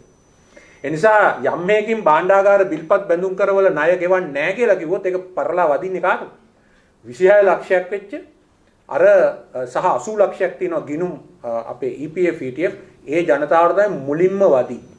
ඊට පස්සේ තමයි අනික් අයට එන්නේ. ඒ නිසා මේ ණය ආපසු ගෙවීම පිළිබඳ ඒවා සම්පූර්ණ වග වෙන්න ඕනේ අපි. ඒක කවුරු පාවිච්චි කළත් ඒක. ඊළඟට ගෙවීමට නොහැකි ණය පිළිබඳ සාකච්ඡා කිරීම. දැන් ඒකට සමාගමක් පත් කරලා තිනවා පමා වෙලා හරි. දැන් ඒ ගැන ණය සාකච්ඡා කරනවා. දැන් මොකද්ද මේ ණය ප්‍රතිහුගත කරන්න කියන්නේ? අපේ ණය හිමියන්ට ගිහිල්ලා අපි කියනවා අපිට ඕගොල්ලන්ගෙන් ගත්ත ඩොලර් 100 ගෙවන්න බෑ. අපි 50ක් ගෙවන්නම් කියලා. එහෙම නැත්නම් 30ක් ගෙවන්නම් කියලා. අපි ඔකට කියනවා හෑ කට් කියලා. ඔක තමයි ණය. ඒගොල්ලෝ එකඟ නොවුනොත් අපිට ප්‍රශ්නයක්. ඉතින් ඒ අය එකඟ කරවා ගැනීම හා ඒ ස්ථායීකරණය හැම දෙයකටම පූර්ව කොන්දේසියක්. ජපානයෙන් කීයක් හරි ගන්න ඕන නම් ඒ වගේම ලෝකයෙන් කීයක් හරි ගන්න ඕන නම් මූල්‍ය අරමුදලේ අඩු ගානේ ස්ටාෆ් ලෙවල් ඇග්‍රීමන්ට් එකකට යන්න හරි මේක පූර්ව කොන්දේසියක්. මේක ඉතා ඉක්මනින් වේගයෙන් සිදු කරගත යුතුයි. කල් පහු වෙන්න බෑ. ඊළඟට මේ මූල්‍ය කර්මනාකරණේ අනිවාර්යයෙන්ම තියෙන දේවල් ටිකක් තියෙනවා මේ ශ්‍රී ලංකා මහ බැංකුව විවෘත හා ස්වාධීන තත්වයකට ගෙනෙන එක. අතරම ශ්‍රී ලංකා මහ බැංකුව ප්‍රධාන නිලධාරීන් අර මම කිව්වා වගේ MLA එක එහෙම නැත්නම් මොනිටරි ලෝ ඇක්ට් එකට අනුව ක්‍රියා කරලා තිබුණේ නැහැ. 2020 මාර්තු මාසේ අන්තර්ජාතික මූල්‍ය අරමුදල යටතේ අපි හිටියේ ඒ වෙලාවෙත් අපිට අනතුරු ඇඟවීමක් කළා අපේ ණය අස්ථාවරයි කියලා. අපි ඒක නොතකා ක්‍රියා කරලා තියෙනවා. ඒක පැහැදිලි අපරාධමය වරදක් ඒ මූල්‍ය මණ්ඩලයත් මහ බැංකුව අධිපතිවරයාත් කරපු. ඒ වගේම ඔහු කරපු ඊළඟ එක මොකද්ද? රුපියල සහ ඩොලරය අතර අනුපාතයේ බලහත්කාරයෙන් රුපියල් 198 ඉඳන් 203 දක්වා තියා ගැනීම. ඒ සඳහා ඩොලර් බිලියන 5.5ක් නාස්ති කළා කියලා මූල්‍ය මණ්ඩල සමාජිකාවක් ප්‍රකාශ කළා. මේක ඉතාමත්ම භයානක බරපතල වරදක්. මේ නිසා ඇති වුණා බ්ලැක් මාකට් එකක් ලොකුවට. පොඩියට තිබිච්ච බ්ලැක් මාකට් එක ලොකු එකක් වුණා. කොච්චර ලොකු එකක්ද කිව්වොත් අපේ අමතුමත් ඉන්නවා මේකෙන් ඩොලර් බිලියන 2ක් පමණ ප්‍රේෂණ අපිට අහිමි වුණා. ඩොලර් බිලියන 7ක් වර්ෂයකට තිබිච්ච එක පහට වැටුණා. සම්පූර්ණයෙන්ම පිටපාරෙන් මේක ගිහිල්ලා වෙන්නේ නැති කුමාරි අර සංඛ්‍යා ලේඛන අනුව මම කියන්නේ ඒ අපිට ඉදිරිපත් කරපු සංඛ්‍යා ලේඛන අනුව අපිට තිබිච්ච ලොකු ඉඩකඩක් අපි වහගත්තා. කවුද මේකට වක් කියන්නේ? ඊළඟට බදු සහනයක් ලබා දීලා බිලියන් 600ක් නැති කරගෙන මොකද කළේ? මම තමයි මුලින්ම මේක අග්‍රාමාත්‍යවරයාට යොමු කරන ප්‍රශ්නයට තේ ඇහුවේ. මේ කීයක් බදු සහනෙන් අඩු වුණාද කියලා. මේ බිලියන 600 වහගන්න මොකද කළේ? වර්ෂයකට බිලියන 700ක් සල්ලි අච්චු ගැහුවා. අද මේ දැවැන්ත උද්දමනයට හේතු වෙලා තියෙන එක. ඒ කාලේ කිව්වේ සල්ලි අච්චු ගැහුවට උද්දමනිය ඇති වෙන්නේ නැහැ කියලා. මේකට කිව්වේ මොඩර්න් මොනිටරි තියරි කියලා නේද? ඒක තමයි අපිට කිව්වේ මේ ලක්ෂ්මන් මහත්තයා. දැන් ඒකේ භයානක ප්‍රතිඵල වලට අද ජනතාව වග කියනවා. ඒතර මේ කාරණා ටික එක්ක තව එකක් ආව. ඒක තමයි සහන පොලි වලින් 0.1 පොලි වලින් වගේ ඒවෙන් ගිය බලගතු ව්‍යාපෘති 322ක් නැවැත්තුවා මෙයා. ජපානයෙන් ඒ වගේම කොරියාවෙන් ඒ වගේ රටවල් වලින් ක්‍රියාත්මක වෙච්ච ආසියානු සංවර්ධන බැංකුවේ. ඒ නිසා අද බරපතල ප්‍රශ්න වලට මුහුණ දෙන්න වෙනවා. මම එකක් කියන්නම් මේ ඔය අපේ අර සබහදන විනැමැති විදුලි බලාගාරයක් එන්න ලබන අවුරුද්දේ ඒ බලාගාරයට ආසියානු සංවර්ධන බැංකුව සල්ලි දෙන්න ගියේ දැන් දෙන්නේ නැහැ. ඒ අනුව ලබන අවුරුද්දේ ඊටාම භයානක ලයිට් කැපිල්ලක් එනවා මේ ආයි වතාවක් බලාගාර නැති නිසා. දැන් මේ 2020 ඉඳන් මේක ඉදි කරන්න යන්නේ තාම නැහැ. ඒ වගේ මේ අර්බුදය තව තව වර්ධනය වෙනවා. මේ කවුද මේ ගත්තේ? මේ තීරණ 3-4 දෙනෙක් නිලධාරීන්ගේ තීරණ. ඊළඟට යථාවාදී විනිමය අනුපාතිකය. දැනුත් විනිමය අනුපාතිකය අපි 360 යන මැනේජ් රේට් එකක් අපි කරගෙන යන්නේ. නමුත් ඇත්තටම එළියේ වෙළඳ පොලේ මේක 450ට 460ට ගිහින් තියෙනවා. ඉතින් මේක යථාවාදී නොකොලොත් මේ කළු වෙළඳ පොළ පාලනය කරන්න බෑ කොච්චර අත්අඩංගුවට ගත්තා. බැංකු පද්ධතිය වහාම ස්ථාවර කරන්න. මම කලිනුත් කිව්වා බැංකු පද්ධතියේ බොල් ණය, ඒ කියන්නේ අක්‍රීය ණය ප්‍රමාණය 5%කට කිට්ටුයි. ඒ වගේම බැංකු පද්ධතියේ 50%කට වඩා ප්‍රධාන බැංකු දෙක රජයට ණය දීලා ඒවා අය කරගන්න බැරුව ඉන්නවා. ඒවෙන් ආදායමක් නැතුව ඉන්නවා. ඒවා නිකන් මහ බැංකුවේ බිල්පත් බවට පත් කරලා තියෙනවා. ඒ වගේ බැංකු පද්ධතියේ ලොකු අස්ථාවරත්වයක් හට අරගෙන. ඒක පුජ්‍යලික අංශයේ බැංකු වලටත් යනවා. අපි බැංකු ක්ෂේත්‍රයේ සියලු දෙනා දන්නවා අන්තර් බැංකු ගණදෙනු වලට අද ඊටාම නරක කාලයක් උදා වෙලා තියෙනවා කියලා.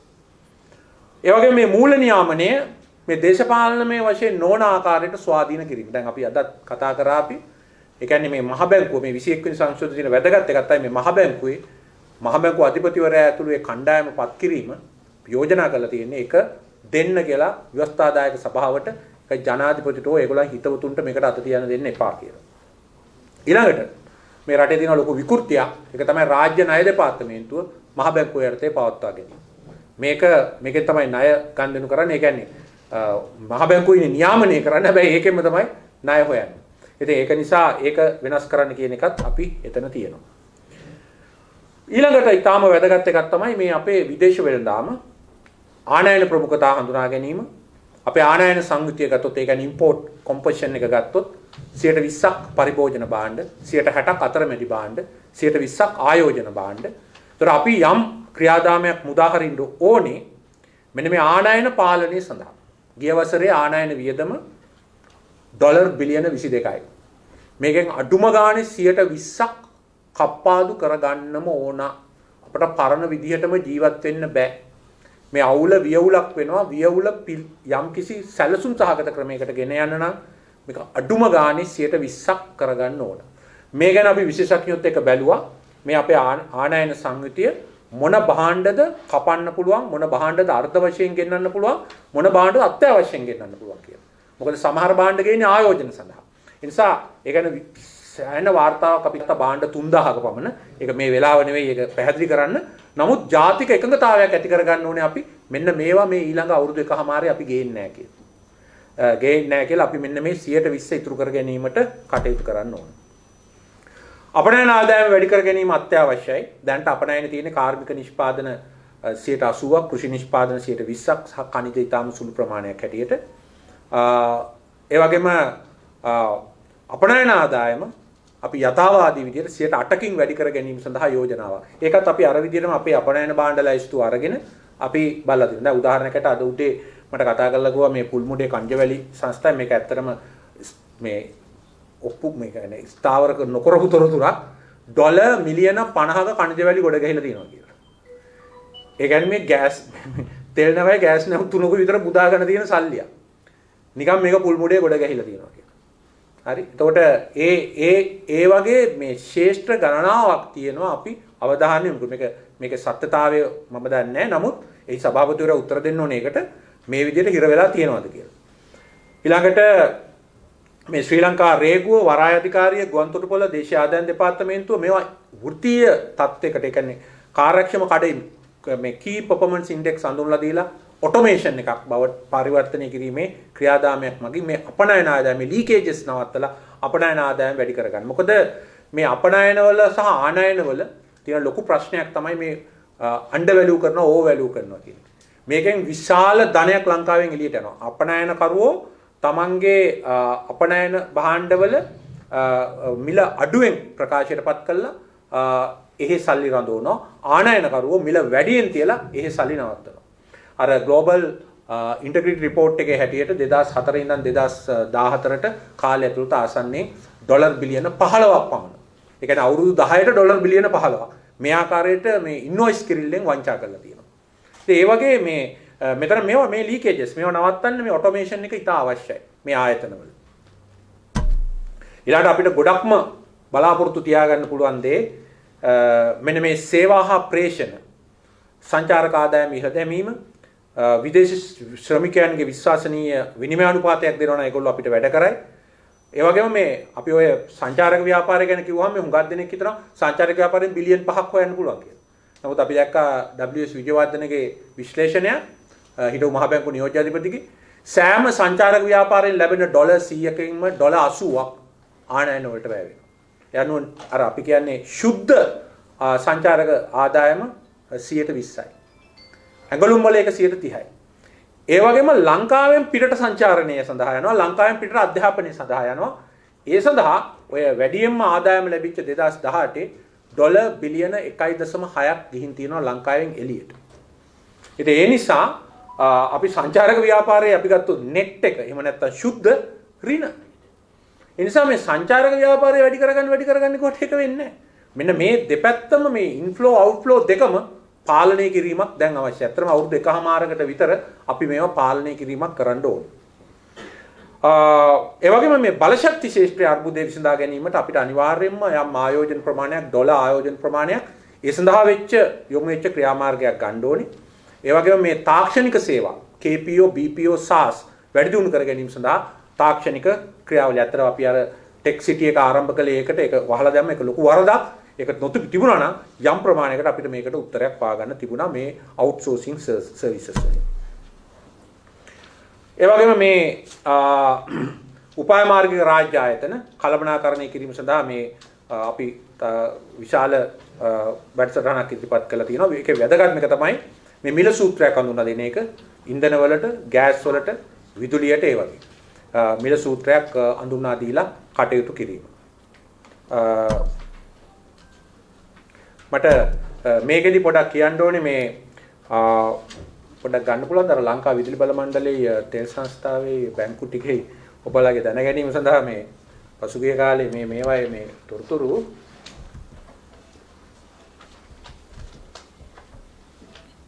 විදුලි බල මණ්ඩලය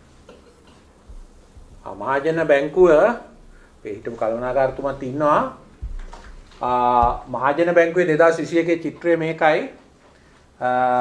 මිස්ටර් කාර්යවසම් මුළු වත්කම් බිලියන 2647යි මුළු තැන්පොතු 2071යි බිලියන ශුද්ධ ණය හා අත්තිකාරම් දීලා තියෙනවා 1836ක් ඒකෙන් 845ක්ම දීලා තියෙන්නේ ආණ්ඩුවට. උතර සමහර ඒවා ඇවිල්ලා නැහැ ඒකෙන් එකක් තමයි මේ DST ගේ account එක. ඒ කියන්නේ මේ ඩිපියුටි මේ කවුද මේ ට්‍රෙෂරියේ ඩිපියුටි සෙක්‍රටරිගේ account එක. ඒ කියන්නේ ආණ්ඩුව පඩි ගෙවන්න දීපු එක. ලංකා බැංකුවේ මුළු වත්කම් ප්‍රමාණය 3803යි. ශුද්ධ ණය හා අත්තිකාරම් 2576යි. ඒකෙන් රාජ්‍යයට ලබා දීලා තියෙන ණය 1133යි.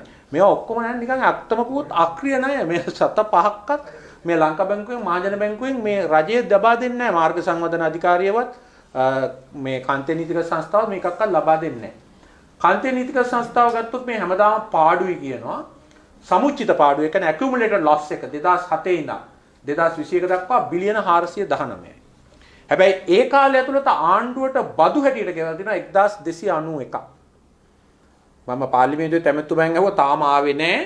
සෑම දිනකම මිලියන 350ක් කාන්තේ නීතිගත සංස්ථාව බදු හැටියට ආණ්ඩුවට ගෙවනවා. ඒ නිසා මේ පාඩුයි කියන එක ඇතුළේ බදුත් ඇතුළත්. මේක හැටියට බදු ගෙවලා තියෙනවා බදු ගහලා තියෙනවා පාඩුවට වඩා. මේකේ බරපතලම ප්‍රශ්නේ ඇති කළේ මේ ආණ්ඩුවෙන් මේ විදේශ මුදල් ණය මිලියන 3437ක් තියෙන එක තමයි ලංකාවේ ලොකුම ප්‍රශ්නේ. විදුලි බල මණ්ඩලයේ සමුචිත පාඩුව 2000 ඉඳන් 2021ට බිලියන 391යි. කෙටි කාල ණය තියෙනවා 240ක්. දිගු කාල ණය තියෙනවා 377ක්. මම කියනවා මේ අවුරුද්දේ මේ තමයි අවුරුදු 21කට පාඩුව 391යි මේ අවුරුද්දේ ලංකා විදුලි බල මණ්ඩලයේ පාඩුව ආසන්නයෙන් බිලියන 400යි මේ තනි අවුරුද්දට. ඉතින් මේ ශ්‍රී ලංකන් එකේ බොරුවක් පැතිරෙව්වා. ඒක කියන්නේ ඕනේ සභාපති ඇතුළු පිරිස බොරුවක් පැතුවා ශ්‍රී ලංකන් ලාභයි කියලා. ශ්‍රී ලංකන් ලාභය ලබලා තියෙන්නේ ශ්‍රී ලංකන් ගුවන් සමාගම පාඩුයි මේ වසරේ $0.4 මිලියන ලාභය ලබලා තියෙන අර කේටරින් සර්විස් එකත් එක්ක. ඒකට හේතුව ලාභය ලබලා තියෙන වෙන සභාපතිතුමාගේ හපංකමකින් නෙවෙයි withholding tax එක ආණ්ඩුවෙන් අයින් කිරීම නිසා $29 මිලියන 29ක වාසියක් වුණා. ඒක තමයි මේ ලාභයි කිව්වේ. ලාභයි කිව්වේ ආයි අලුතෙන් ගුවන් යානා ටිකක් ගන්න කරපු මාධ්‍ය ප්‍රචාරයක්. ඒක පාඩුයි. පාඩුව ඒ withholding tax එක ගෙවපු නැති නිසා තමයි ඒක ප්‍රොෆිට් උනේ. ඔව් මම කිව්වනේ මතකනේ මනෝට මම කිව්වේ ඒක ගාන කියන්නේ කියලා කිව්වේ නැහැ. හරි ඒකේ මේ වගේ බරපතල ප්‍රශ්නයක් තියෙනවා. හොඳයි ඒ ටිකත් එක්ක අපි ඊළඟට යන කාලේ තාම වටිනවා. රාජ්‍ය ආයතන කළමනාකරණය ඉතාම අවශ්‍යයි. ඊළඟට සුව සේවය මේක ඉතාම අවශ්‍ය එකක්. සුව සේවය සුව සේවය ගැන යම් තොරතුරු ප්‍රමාණයක් තියෙනවා. අත්‍තරම ලංකාවේ සුව සේවය ඉතාම හොඳයි. මොකද එක පුජ්‍යලයකට වැය වෙන මුදලත් එක්ක ගත්තාම මේ අනික් රටවල් වල මුල ගණන් එක්ක බැලුවාම ඇමරිකා එක්සත් ජනපදයේ $9000ක් එක පුජ්‍යලයකට වියදම් කළා. අපේ ආයු අපේක්ෂාව ඒගොල්ලන්ගේ අවුරුදු 78යි අපේ 79යි අපි $138ක් වියදම් කළා. අපි තාම කාර්යක්ෂම පිරිසක්. අපි කොච්චර චෝදනා කළත් ලංකාවේ සුව සේවය ඉතාම හොඳයි. ඒ වගේම මේ සුව සේවයේ ආණ්ඩුව 47ක් වියදම් කරනකොට මිනිස්සු පොකට් එකෙන් 52ක් වියදම් කරනවා. ඒක තමයි සුව සේවයේ තත්ත්වය.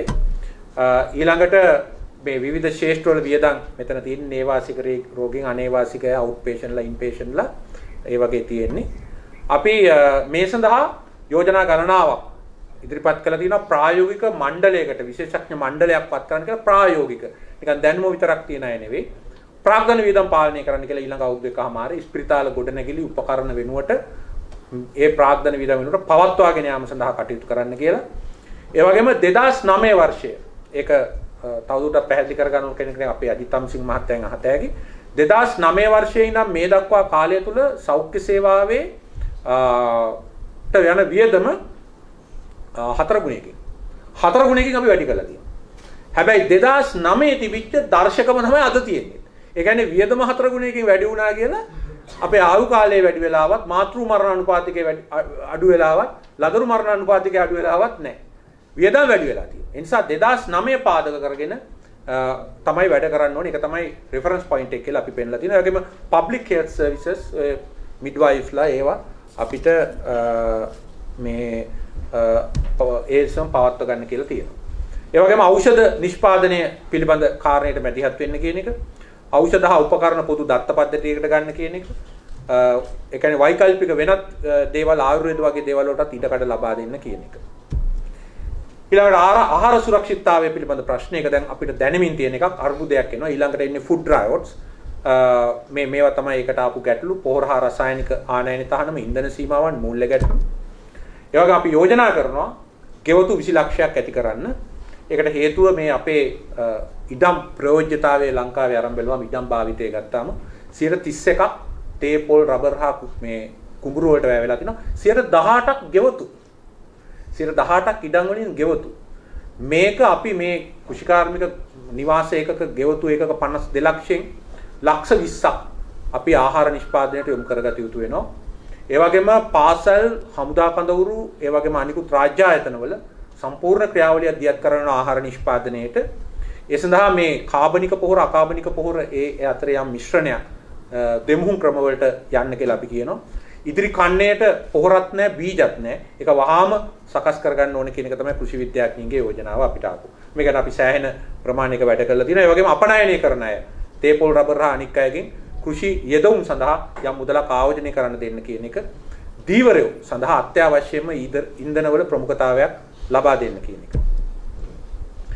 බල ශක්තිය සඳහා අපි යෝජනා කරනවා විදුලි බල මණ්ඩලයට කාන්තිය නීතිගත සංස්ථාවට KPI හඳුන්වා දෙන්න. ඒ අනුව ඒවායේ පාලනය වෘත්තීය මට්ටමේ පිරිසකට බාර දෙන්න කියලා. ඒ වගේම දැනට IOC එකයි සිපෙට්කෝ එකයි අතරට තව තරඟකරුවෙක් කැඳවන්න කියලා. ඇත්තටම කලින් සිනොපැක් එක තිබුණා. ඒ වෙනකොට තවත් තරඟකරුවෙක් කැඳවන්න කියලා. ඒ තරඟකරුවා හුඟක් දුරට තෙල් නිපදවන රටක තරඟකරුවෙක් නම් ඒක අපිට යම් වාසියක් ඇති කර දෙනවා. ඒ වගේම මේ තෙල් ගබඩා සංකීර්ණය හා නල පද්ධතිය පුනරුත්ථාපනය ඉතා අවශ්‍යයි. ඒ වගේම අපේ තෙල් ගබඩාවල අන්නයින්ට අපි කියන්නේ අර බොන්ඩඩ් වෙයාරහවුස් හැටියට පාවිච්චි කරන ඉඩ කඩ දීමත් අවශ්‍යයි. ඒ වගේම අපේ මේ පිරිපහදුවේ කාර්යක්ෂමතාවය ඉතාම අඩුයි.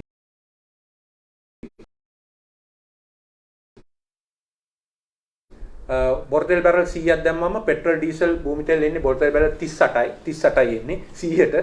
ඒ නිසා මේ කාර්යක්ෂමතාවය වැඩි කර ගැනීමට ආයෝජනය දැන් අත්‍යවශ්‍යයි. ඒ වගේම මේ මිල සූත්‍රය කියන එක අපි එකඟයි. ඒක කරන්න ඕන කාටත් හැබැයි පේන විදිහට ඒක කරන්න ඕනේ. ඒ වගේම විදුලි නිෂ්පාදනයේට අපේ පිරිපහදුවේ තෙල් ඇරෙන්න වෙන ඒවා පාවිච්චි නොවන විදිහට බලශක්ති සුරක්ෂිතතාවය ඇති කරගන්න කියන එක. ඒ වගේම මේ ලංකා විදුලි බල මණ්ඩලයේ දිගු කාලීන ජන සැලැස්ම ඒකට බාර නොදී අමාත්‍යාංශයට හා උපයෝගිතා කොමිසමට ගන්න කියන එක. ඒ වගේම අපගේ රථවාහන සංයුතිය පිළිබඳව අපි ගත්තොත් ඒ රථවාහන සංයුතිය එක්ක යම් ප්‍රමුඛතාවයක් ලබා දෙන්න කියන එක. ඒක පොඩ්ඩක් ගන්නවද රථවාහන සංයුතිය? ලංකාවේ රථවාහන සංයුතිය ඇත්තටම ශීඝ්‍රයෙන් මේ කියන්න ඕනේ අඩු වෙගෙන යනවා. රථවාහනවල ප්‍රමාණය ලංකාවේ ආසන්නයෙන් 54 ලක්ෂයක් වාහන තියෙනවා.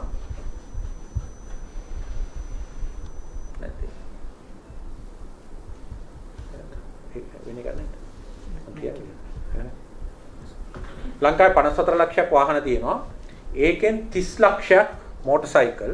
මේ 54 ලක්ෂය ගිය අවුරුද්දේ, ඒ කියන්නේ මේ මං කියන්නේ 21 20 මේක 57 ලක්ෂයක්. මේ එක අවුරුද්ද ඇතුළත ලක්ෂ 3ක් වෙළඳ පොලෙන් අයින් වෙලා තියෙනවා. මේකේ 30 ලක්ෂයක් මෝටර් සයිකල්, ලක්ෂ 10ක් පමණ 3 wheeler, ලක්ෂ 7ක් මෝටර් කාර්, බස් 18000යි. අර හයිඑස් වගේ වාහන 31000යි. ලොරි සහ කුඩා ට්‍රක් රථ 44000යි ඔය විදිහට තමයි තියෙන්නේ. මේක වැදගත් දේ මගී ප්‍රවාහනයේ පැත්තෙන් ගත්තොත් දුම්රිය මගින් ප්‍රවාහනය කරන මගින් ප්‍රමාණය 4.5යි. නමුත් දුම්රියට ඉන්ධන වලින් වැය වෙන්නේ 1%යි. බස් රථ වලින් ගෙනියන මගින් ප්‍රමාණය 48යි. හැබැයි ඉන්ධන වලින් වැය වෙන්නේ 10%යි. ඒ නිසා අපේ යෝජනාව සතියේ නිශ්චිත දිනවල බස් රථ, ලොරි රථ, කුෂිකර්ම හා දීවරායට පමණක් තෙල් නිකුත් කළ යුතුයි. මොකද මේක තමයි ඇත්ත. බස්සුයි කාරුයි ඔක්කොම එක පොලිමේ තියාගෙන බෑ. ඒ නිසා ඒ වගේම රථ වල පැමිණීම පාලනය කිරීමට අර වෙන රටවල කරනවා වගේ එක දවස් වලට ඔස්තේ ඉරට්ටේ ආකාරයට වාහන පැමිණීම පාලනය කළ යුතුයි. ඒ වගේම මිල යොදාගත යුතුයි මේක පාලනය කිරීමට. ප්‍රවාහන ශාස්ත්‍රයේ ඒ කාරණා ටික තියෙන්නේ. ඒ වගේම මේ සූර්ය බලයෙන් දුවන යම් විදුලි බයිසිකල්, ඒවා නැත්නම් විදුලි මෝටර් සයිකල්, එහෙම නැත්නම් විදුලි කාර් තවදුරටත් ප්‍රවර්ධනය කිරීම අවශ්‍යයි. ඒක රාත්‍රී කාලේ ඒවා charge කරන්න යොදා ගන්න ඕනේ. විදුලි බල මණ්ඩලය ගැන කිව්වොත් විදුලි බල මණ්ඩලයේ උපසමාගම් කීපයක් තියෙනවා. ඒවා පබ්ලික් ඔෆරින් එකකට ගියොත් අපිට මම හිතන්නේ ඔය බිලියන 300ක ණය අපිට ගෙවන්න පුළුවන්කම ලැබෙනවා. ඒ සඳහා අපි ඇත්තටම මේ විදුලි බල මණ්ඩලයත් එක්ක කතා කළාම ඒක අපිට කරන්න සිද්ධ වෙනවා විදුලි බල මණ්ඩලය පාලනය කිරීම සඳහා.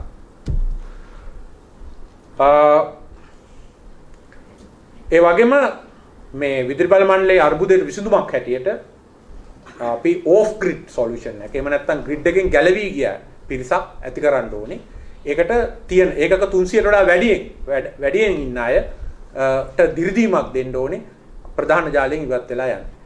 ඒ මගින් මේ සාමාන්‍ය ජනතාව අපිට ආරක්ෂා කරගන්න පුළුවන් වෙනවා. කර්මාන්ත ආරක්ෂා කරගන්න පුළුවන් වෙනවා. ඒ වගේම සේවා ආරක්ෂා කරගන්න පුළුවන් වෙනවා. ඒ වගේම විදුලි බලාගාර වලට අමතරව අපි ඒකට කියන්නේ ඩිමාන්ඩ් මැනේජ්මන්ට් කියලා. එහෙම නැත්නම් ඉල්ලුම කළමනාකරණය කිරීම සඳහා ඍජු දැඩි ක්‍රියාශීලී මාධ්‍ය ප්‍රතිපත්තියක් අපි අනුගමනය කළ යුතුයි. ඉතින් මේක තමයි අපි විකල්පය හැටියට කියන්නේ. මේක අපි විස්තරාත්මක එකක් ලියලා තිනවා. අපි සරල කාරණයක් කිව්වේ මේ කාලයත් එක්ක අර සියල්ල වැරදි ගියොත් රනිල් වික්‍රමසිංහ මහත්තයාගේ ඒ ක්‍රියාවලිය වැරදි ගියොත් අවුරුදු එකහමාරකට අපි මේ ක්‍රියාදාමයට ගිහිල්ලා අපේ ආහාරවල යම් ශක්තිමත් භාවයක් ලබාගෙන අපේ එදිනෙදා ඩොලර් වියදම එදිනෙදා ඩොලර් ආදායමෙන් පියවාගෙන එදිනෙදා රුපියල් වියදම එදිනෙදා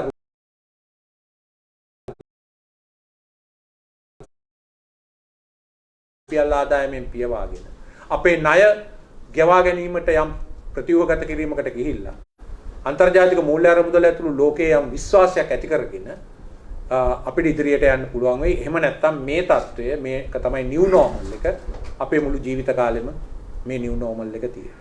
ඒ කියන්නේ මේ පෝලිං මේ ගැටුම් මේ ආණ්ඩු පෙරලි මේක තියෙන්නේ.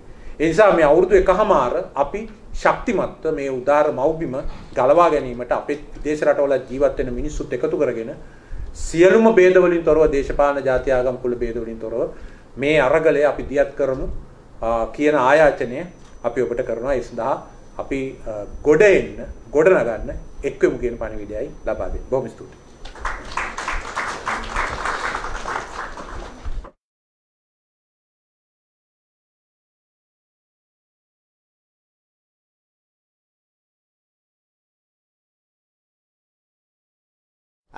හතලිස් සේනාංකයේ විද්වත් දායකත්වයෙන් අප විසින් සම්පාදනය කරන ලද මේ සංක්ෂිප්ත එහෙත් මේ දැන් පවතින අර්බුදය ගොඩ යෑමේ මඟ පැහැදිලි කරන මේ දැක්ම ජනගත කිරීම සම්බන්ධයෙන් මම එතුමාට නැවතත් ස්තුතිවන්ත වෙනවා. ඒ වගේම ඔබට මේ පොත්පින්ච අතට ලැබී ඇති. අපිට තව කෙටි වෙලාවක් තිබෙනවා. අපි මම මුලිනුත් කිව්වා වගේම කාල වේලාව අපි ඉතාමත්ම සීමිත තත්වයක තමයි කටයුතු කරන්නේ. විශේෂයෙන්ම මේ පවතින තත්වය දේශපාලනික සහ ආර්ථික තත්වය අනුව අපිට මේ වැඩසටහන සම්පාදනය කරගන්න සිද්ධ වුණේ ඉතාමත්ම කෙටි සීමිත කාලයක් ඇතුළත. ඒ වගේම මතක් කරන්න ඕනි මෙම දැක්මේ දෙමළ අනුවාදනය අපි සඳුදා දිනේදී නිකුත් කිරීමට බලාපොරොත්තු වෙනවා. අවශ්‍ය අයට ඒක අපි ලබා දෙන්නම්. ඉතින් මේ දැක්ම පිළිබඳව ඉතාමත්ම සීමිත වපසරියක මේ දැක්ම පිළිබඳව අද දින මේ සම්බන්ධ වුණු ඔබ සියලු දෙනාට යම් ගැටලුවක් ප්‍රශ්නයක් එහෙමත් නැත්නම් පැහැදිලි කර ගැනීමට අවශ්‍ය තැනක් තිබෙනවා නම් අතවසවන්න අපිට මේ මයික් එකක් ලබා දෙන්න පුළුවන්. ප්‍රශ්නයක් යොමු කරන්නට පුළුවන්. මුලින්ම මම මේ ප්‍රශ්න යොමු කිරීම සඳහා කාලය ලබා දෙමින් අර අපගේ දෙසුමේදී ඉදිරිපත් කළ එක් කාරණාවක් සම්බන්ධයෙන් විශේෂඥ වෛද්‍ය අදිත් අමරසිංහ මහත්මයාට යොමු කරමින් මේ ප්‍රශ්න විචාරක කෙටි කාල සීමාව ආරම්භ කරනවා. පැවසූ ආකාරයට 2009 සිට 2019 දක්වා සෞඛ්‍ය ක්ෂේත්‍රයට සිදු කරන ලද ප්‍රාග්ධන වියදම් වලට සාපේක්ෂව සෞඛ්‍ය ක්ෂේත්‍රයේ සිදු වූ දියුණුව සම්බන්ධයෙන් එහෙම නැත්නම් අපේ දර්ශකවල තිබුණු ගොඩනැගීම ගැන යම් ගැටලුවක් ඇති වුණා. ඒ පිළිබඳව ඔබතුමාට පැහැදිලි කරන්න පුළුවන්.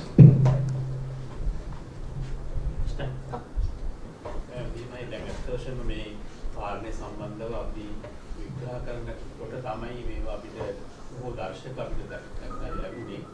එතකොට එතනදී දකින්න පුළුවන් වෙච්ච දෙයක් තමයි මීට වර්ෂ 20කට ඉස්සෙල්ලා සෞඛ්‍යයට කරපු වියදම real value කියන්නේ දැන් එක සංසන්දනාත්මකව real value එක 1999ට වඩා 20 ගුණයකින් වැඩි. අවුරුදු 20කට පස්සේ. එතකොට 2009 ඉඳලා 2019 වෙන කාලය තුල ඒක 4 ගුණයකින් වැඩි. එතකොට මේ වියදම මොන ආකාරයකට සිද්ධ වුණේ කියලා හරි බෙදීමක් හරි විග්‍රහයක් තාම සිද්ධ වෙලා නැහැ. බොහෝ දුරට මාසික විදියට මේක කැපිටල් ඉන්වෙස්ට්මන්ට් වල තමයි කියන්නේ. කියන්නේ ගොඩනැගිලි තැනීමට උපකරණ බිලදී ගැනීමට ඒ වගේ දේවල්. එතකොට ලංකාවේ ප්‍රාථමික සෞඛ්‍ය සේවය කියන්නේ public health service කියලා කියනවා. ප්‍රාථමික සෞඛ්‍ය සේවය කියන්නේ ඔය පෞල් සෞඛ්‍ය සේවිකාවන් සඳහා සහ ඉන්නත් කර්මී සඳහා තරණ වියදම 105යි මුළු සෞඛ්‍ය වියදම. දැන් මේ සෞඛ්‍ය වියදමේ කිසිම ආකාරයක වැඩිවීමක් සිදු වෙලා නැහැ. නමුත් හැමෝම දන්න දෙයක් තමයි මේ ප්‍රයිමරි හෙල්ත් කෙයාර් කියන්නේ ප්‍රාථමික සෞඛ්‍ය සේවාව වලින් තමයි අත්වශයෙන්ම ලංකාවේ මේ ඉහළම මට්ටමේ සෞඛ්‍ය දර්ශක තියෙනවා. ඒතකොට යම්කිසි ආකාරයකින් සෞඛ්‍යයට එන වියදම කපා හරින්න සිදුවොත් අනිවාර්යයෙන්ම කිසිම ආකාරයකින් කපා නොහැරී ඉන්න අවශ්‍යතාවය තමයි ප්‍රාථමික සෞඛ්‍ය සේවාව. ඒක අපිට අඩු කරගන්න පුළුවන් මොකක්ද කියන එක ගැන මම හිතන්නේ ඒක මට තනියම ඕ පිළිසෙට තනියම ඉන්නේ කරන්න බෑ. වේදම අඩු කරගන්න අවස්ථාවේදී මොන ආකාරයේ වේදම් අඩු කරගන්න පුළුවන් කියන එක මම දැන් යම් බුද්ධිමණ්ඩලයක් විසින් තීරණය කළේ. ඒ වගේම පහුගිය දශකය තුල අනෙක් දැකීමට හැකි දේ තමයි විශාල රෝහල් වලට ලොකු රෝහල් වලට යන වියදම ප්‍රතිශතයක් එක්ක වැඩි වෙලා තියෙනවා කුඩා රෝහල්ට වඩා. දැන් සමහර විට මේ අපි නිසි විග්‍රහයක් කරනකොට මෙය නැවත වතාවක් කුඩා රෝහල් වලට ඒ තිබිච්ච ප්‍රතිශතයම වේදන් කරන ආකාරයට වෙනස් කර ගැනීමට සිදු වෙනවා. අපි බොහෝ වෙලාවට පවසන දෙයක් තමයි මම දැන් අග්‍රාමාත්‍යතුමා කියලා තිබුණා සෞඛ්‍යද සහ අධ්‍යාපනයේට කරන වියදම අඩු කරන්නේ නැහැ කියලා. මොකද මෙතන ප්‍රශ්නයක් තියෙනවා. ඒ වියදම අඩු නොකලත් මේ පවතින ආකාරයෙන්ම පවත්වාගෙන ගියත් ඩොලරයේ අගයට සාපේක්ෂව රුපියල අවප්‍රමාණ වීම නිසා අත් වශයෙන්ම වියදම් කිරීමේ හැකියාවේ අඩුවක් වෙන්න පුළුවන්. ඒකෝට ඒක බලපාන්න පුළුවන් විශේෂයෙන්ම මේ ඖෂධ වගේ අංශවල. දැන් මේකට විසඳුමක් හැටියට ලංකාවේ ඖෂධ නිෂ්පාදනය කරන එක විසඳුමක් හැටියට ඇවිල්ලා තියෙන එක හොඳ දෙයක්. නමුත් ප්‍රශ්නේ තියෙන්නේ එසේ ඖෂධ නිෂ්පාදනය කිරීමේදී ඒ කිරීම සඳහා අවශ්‍ය ප්‍රාග්ධන වියදම අපේ ඉන්වෙස්ට්මන්ට් එක කොහෙන්ද ලබා ගන්න කියන ගැටලුමක්. ඒකට ඒ ගැන කල්පනා නොකර ඖෂධ නිෂ්පාදනය ආරම්භ කළොත් සමහර විට මේ තියෙන අර්බුදේ වැඩි වෙන්නත් පුළුවන්. ඒ නිසා මේ කල්පනාකාරීව කළ යුතු දෙයක්. ඒ වගේම සමහර ඖෂධ නිෂ්පාදනයේදී ලංකාවේ වැය වෙන පිළිවැය බොහෝ දුරට වැඩි වෙන්න පුළුවන්. මේ සියලු දේවල් ගැන සලකා නොබලා ඖෂධ නිෂ්පාදනය කිරීම පමණක් කියන කරුණස බැලුවොත් සමහර විට අපිට තියෙන අර්බුදේ වැඩි වෙන්නත් පුළුවන්. මේවා මම හිතන්නේ අපිට එක් පිට ලංකාවේ ඖෂධ නිෂ්පාදනය පටන් ගමු. එහෙම නැත්නම් ඒ මොහොත නැහැ. ඒ වගේ දේවල් වලින් අපිට තීරණය කරන්න බැත් වශයෙන්ම ලංකාවට මේ අද පත්තර කියන විපත සිද්ධ වුණෙත් මම හිතන්නේ මේ වගේ ඔව් නෑ කියන තීරණ වලට යාම නිසා.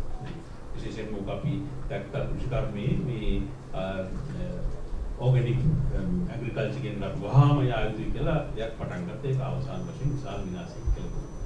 එතකොට තවත් දෙයක් තමයි මේ අර්බුදයේ හමුවේ අපිට නොපෙනෙන තවත් ප්‍රශ්නයක් තියෙනවා. දැන් ලංකාවේ නිදහස් සෞඛ්‍ය සේවයක් ෆ්‍රී හෙල්ත් සර්විස් කියලා තිබුණාට මුළු සෞඛ්‍ය වියදමෙන් මේ වෙනකොට 42ක් විතර දරන්නේ out of pocket. ඒ කියන්නේ තමන්ගේ පසුම්බියෙන් තමයි රෝගීන් වේදන් කරන්නේ. ඒතකොට මෙතන ෆ්‍රී හෙල්ත් සර්විස් කියලා කිව්වට අතවශ්‍යම තමන් වේදන් කරන ප්‍රමාණය වැඩි. දැන් උදාහරණයක් හැටියට අපි කිව්වොත් එහෙම ඉංගලන්තය වගේ රටක ෆ්‍රී හෙල්ත් සර්විස් කියලා කිව්වම මේ රටවල පසුම්බියෙන් වේදන් කරන ප්‍රමාණය 10%කට වඩා අඩුයි. එතකොට දැන් සිද්ධ වෙන දේ තමයි මේ අර්බුදයේ හමුවේ ආදායම අඩු වෙනවා. ආදායම අඩු වෙනවා වගේම ඩොලරට තියෙන සාපේක්ෂතාවයේ වැඩිවීම නිසා ඖෂධ මිල වැඩි වෙනවා. ඒතකොට අනිවාර්යයෙන්ම සිද්ධ වෙන්නේ අර out of pocket වේදන් කරන පුද්ගලයන්ට තමන්ට ඖෂධ ලබා ගැනීම හැකියාව අඩු වෙනවා. ඒතකොට අඩුවීම තුලින් සිද්ධ වෙන දේ තමයි ඖෂධ ලබා නොගැනීම තුලින් රෝගී තත්ත්වයන් වැඩි වෙනවා. විශේෂයෙන්ම මේක බලපානවා දීර්ඝ කාලික රෝගීන්. ඒ කියන්නේ අධික රුධිර පීඩනය, දියවැඩියාව, ඒ වගේම හෘදයාබාධ, ඒ වගේ රෝග තත්ත්වයන් කියන එක මේක විශාල වශයෙන් බලපාන්නේ. මොකද ඒගොල්ලෝ සමානලට අඩුවෙන් විහෙන් ගැනීමට, එහෙම නැත්නම් මේ සම්පූර්ණ නොගැනීමට යන්න තත්ත්වයට යන්න පුළුවන්. එතකොට මේවායින් සිදුවෙන මරණ අපිට පේන්නේ නැහැ. දැන් අපි මේ ඖෂධ හිගයක් ගැන කතා කරනවා. ඖෂධ හිගයක් නැති වුණා. සමහර විට ඖෂධවල මිල අධික වීම සහ ඖෂධ ලබා ගැනීමේ හැකියාව අඩු වීම නිසා මරණයන් වැඩි වෙන්න පුළුවන්. ඒ මරණයන්ගේ අපිට නොදකින්න පුළුවන්. ඒකට ඇත්ත හේතුව. එතකොට මේකට විසඳුම තමයි මේ out of pocket වේදන්කට ඒ ඖෂධ ගන්න ක්‍රමය යම්කිසි ආකාරයකට රජයේ සහනදායක ක්‍රමයක් ඇත්තේ ලබා දීම සඳහා රජයේ කරා යොමු කිරීම. නමුත් මෙතනදී නැවත වතාවක් රජයේ වියදම වැඩි වෙනවා. රජයේ වියදම අඩු කර ගන්න නම් මම හිතන්නේ ලාභ සහ ගුණෙන් අධික ඖෂධ බිල්ලදී කියන්නේ කටිපාටියකට විශේෂයෙන්ම අප යොමු යුතුයි. මේ වගේ සෞඛ්‍ය කියන එකේ ඇතිවන අර්බුදයක් විශාලයි. එතකොට මම හිතන්නේ ඔබට අවශ්‍ය මේ උත්තරේ ලැබුණා කියලා. ඔව් බොහොමත්ම ස්තුතියි. ප්‍රශ්න තිබෙනවා නම් යොමු කරන්න. එහෙමයි කේ. Boleh අපේ රවි ඊළඟ මේ රවි කුමාරට අපි දැන් අහන්නදන්නේ මේ තනිකවම අපිට මුණ දෙන්න බජට් එකක් හදනවා. මම හිතන්නේ මේකනේ අපේ ස්ට්‍රැටජි එක මේ මුලදීම අපි ගන්න යනවා. දැන් අපිටම දැනට කියලා තියෙනවා බදු වැඩි කරනවා වැඩි කරනවා. දැන් මේ අර්බුදකාරී තත්ත්වයක එක පැත්තක් උසනුරානිකට පාත් වෙනවා කියන එක ස්වභාවිකයි. නමුත් දැන් මේ රජයේ සේවකින් වැඩි කිරීම සහනාය ව්‍යාප රජයේ සේවකු වැඩි කරනවා.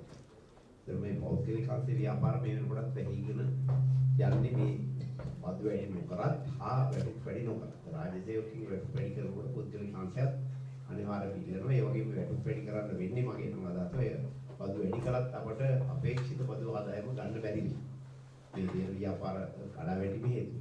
ඒතර අපේක්ෂිත බදු ආදායම නොලැබී බදු වැඩි කරලා අන්තිමේ ඒකත් මුදල් අච්චු ගන්නවා. තායේ උද්දමනයේ හේතුලා රජයේ සේවකින්ට දෙන කිනුත්තරක් නැතිලා සියලු සමස්ත ජනතාවටම ආයේ ඒකත් තව කීප ගුණයකින් ඉහළ ගිහින් දුෂ්කරතාවයක් එයි නේද? ඒ ගැන පොඩි ස්ටඩි එකක් හරි මොකක් හරි තියනවාද කියලා පොඩ්ඩක්.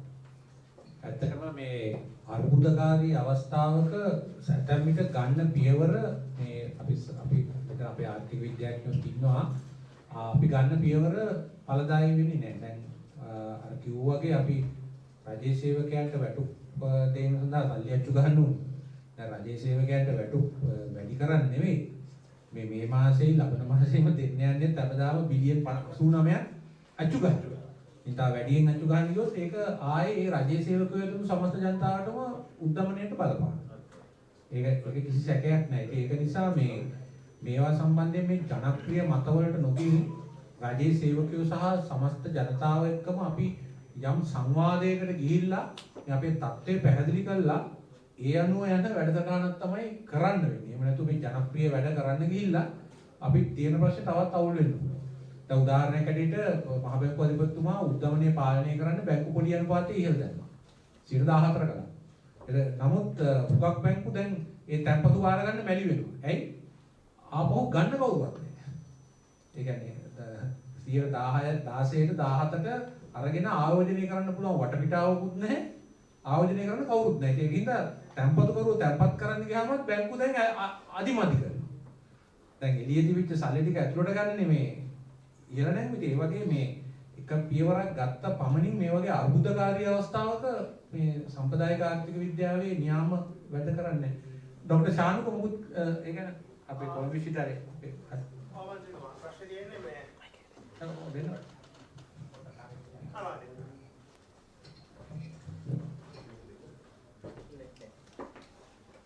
මේ ප්‍රශ්න තියෙන්නේ මෙතන මම අපේ ආර්ථික විද්‍යාඥයෝ දන්නවා.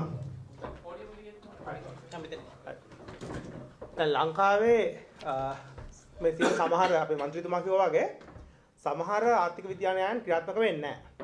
දැන් අපේ සාමාන්‍යයෙන් වෙන්නේ උද්දමනයත් එක්ක ලෝකයේ වෙන දේ තමයි සේවා නියුක්ති වැඩි වෙන්න ඕනේ. අනිත් පැත්තෙන් උද්දමනය අඩු වෙද්දී සේවා නියුක්ති අඩු වෙන්න ඕනේ. නමුත් ලංකාවේ තිබෙන රැකියා ව්‍යුහය ගත්තම රාජ්‍ය රැකියා වැඩි පෞද්ගලික අංශයේ රැකියා ප්‍රමාණයක් ගත්තම ඒ වලින් සේවකයෝ අයින් කරන්න බෑ මේ ආර්ථිකයේ සයිකල්ස් එක්ක. ආර්ථික අවපාතයකදී සේවකයෝ අඩු වෙන්නේ නැහැ. ඒතර ප්‍රශ්නේ වෙන්නේ මන්ත්‍රීතුමා කිව්වා වගේ මේ එක පැත්තකින් උද්දමනකාරී තත්වයක් තියෙනවා. අනිත් පැත්තේ රාජ්‍ය ආදායම අඩු වෙලා තියෙනවා. නමුත් වැටිප් ගෙවීම ඒ ගානටම කරගෙන යන්න ඕනේ. මට මතකයි අගමැතිතුමාත් කිව්වා දැන් සල්ලි අච්චු ගහලා තමයි වැටුප් ගෙවන්න වෙන්නේ. මේකෙන් ආයෙත් වෙන්නේ උද්දමනය සිද්ධ වෙනවා. අනිත් පැත්තෙන් අපි මේක මාධ්‍ය වල වැඩි කතා වුන්නේ නැහැ. වෙන්න පුළුවන් ඊළඟ දේ තමයි ස්ටැග්ෆ්ලේෂන් කියන තත්ත්වය. මේක මට මතක හැටියට ලෝක මහා ආර්ථික අර්බුදයේ කාලේ 1920 ගණන් වලත් සිද්ධ වුණා. බ්‍රිතාන්‍යයේත් කාලයක් සිද්ධ වුණා. ස්ටැග්ෆ්ලේෂන්. ඒතකොට ආර්ථිකය මුළුමනින්ම නිෂ්පාදනය සහ බෙදා හැරීම නවතින තත්වයකට පමිනෙනවා. මෙතෙන්ට આવොත් අපි අර කියන ෆුඩ් රයිට්ස් ඊට පස්සේ නිෂ්පාදනය ආහාර නිෂ්පාදනය නැහැ. ආහාර බෙදා හැරීම නැහැ. සම්පූර්ණ අකර්මණ්‍ය අර වෙනිසුලාවේ සිද්ධ වුණා වගේ පුද්ගලයෝ සත්තු මරාගෙන කන තත්වයකට යන්න පුළුවන්. ඉතින් මේක තමයි මේ යන තත්වයේ තිබෙන සර්වාර්ථික ප්‍රශ්නය.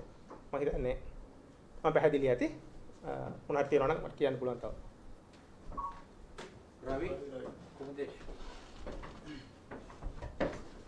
ડોક્ટર මෙතනින් වාඩි මූලික වශයෙන් මම මේ දැක්කා පොඩි පරස්පරයක් අර out of pocket සහ ආණ්ඩුවෙන් දෙන තත්ත්වයන් දෙක අතර ප්‍රසන්ටේෂන් එකේ ඔබතුමා කියපු එක අතර පොඩි වෙනසක් එකක් තමයි out of pocket 52 ආණ්ඩුවෙන් දෙන එකට 52 කියලා. අනේ ඒකේ තොරතුරු දෙකක් තිබුණා. ඔව්. ඒක වෙනස් වෙලා තියෙනවා පහුගිය අවුරුදු 20 නෑ අර රජයේ මුළු එක උද්දේශිකාංශයක 52යි අරක 48යි කියලා ඔව්. ඒක දෙකක් තියෙනවා. ඒක ප්‍රාග්ධන වියදම් එක්ක. ඔව්. ඒ කියන්නේ මේක ඔබතුමාගේ මේක අනිත් පැත්ත. ඔව්. එතකොට ප්‍රධාන වශයෙන් ඇත්තටම මේ අනිත් රූපේ දාන්න. අනිත් රූපේ තමයි මේ තියෙන්නේ මේ නෑ මෙහෙම කතා කරේ මේ ඔව්.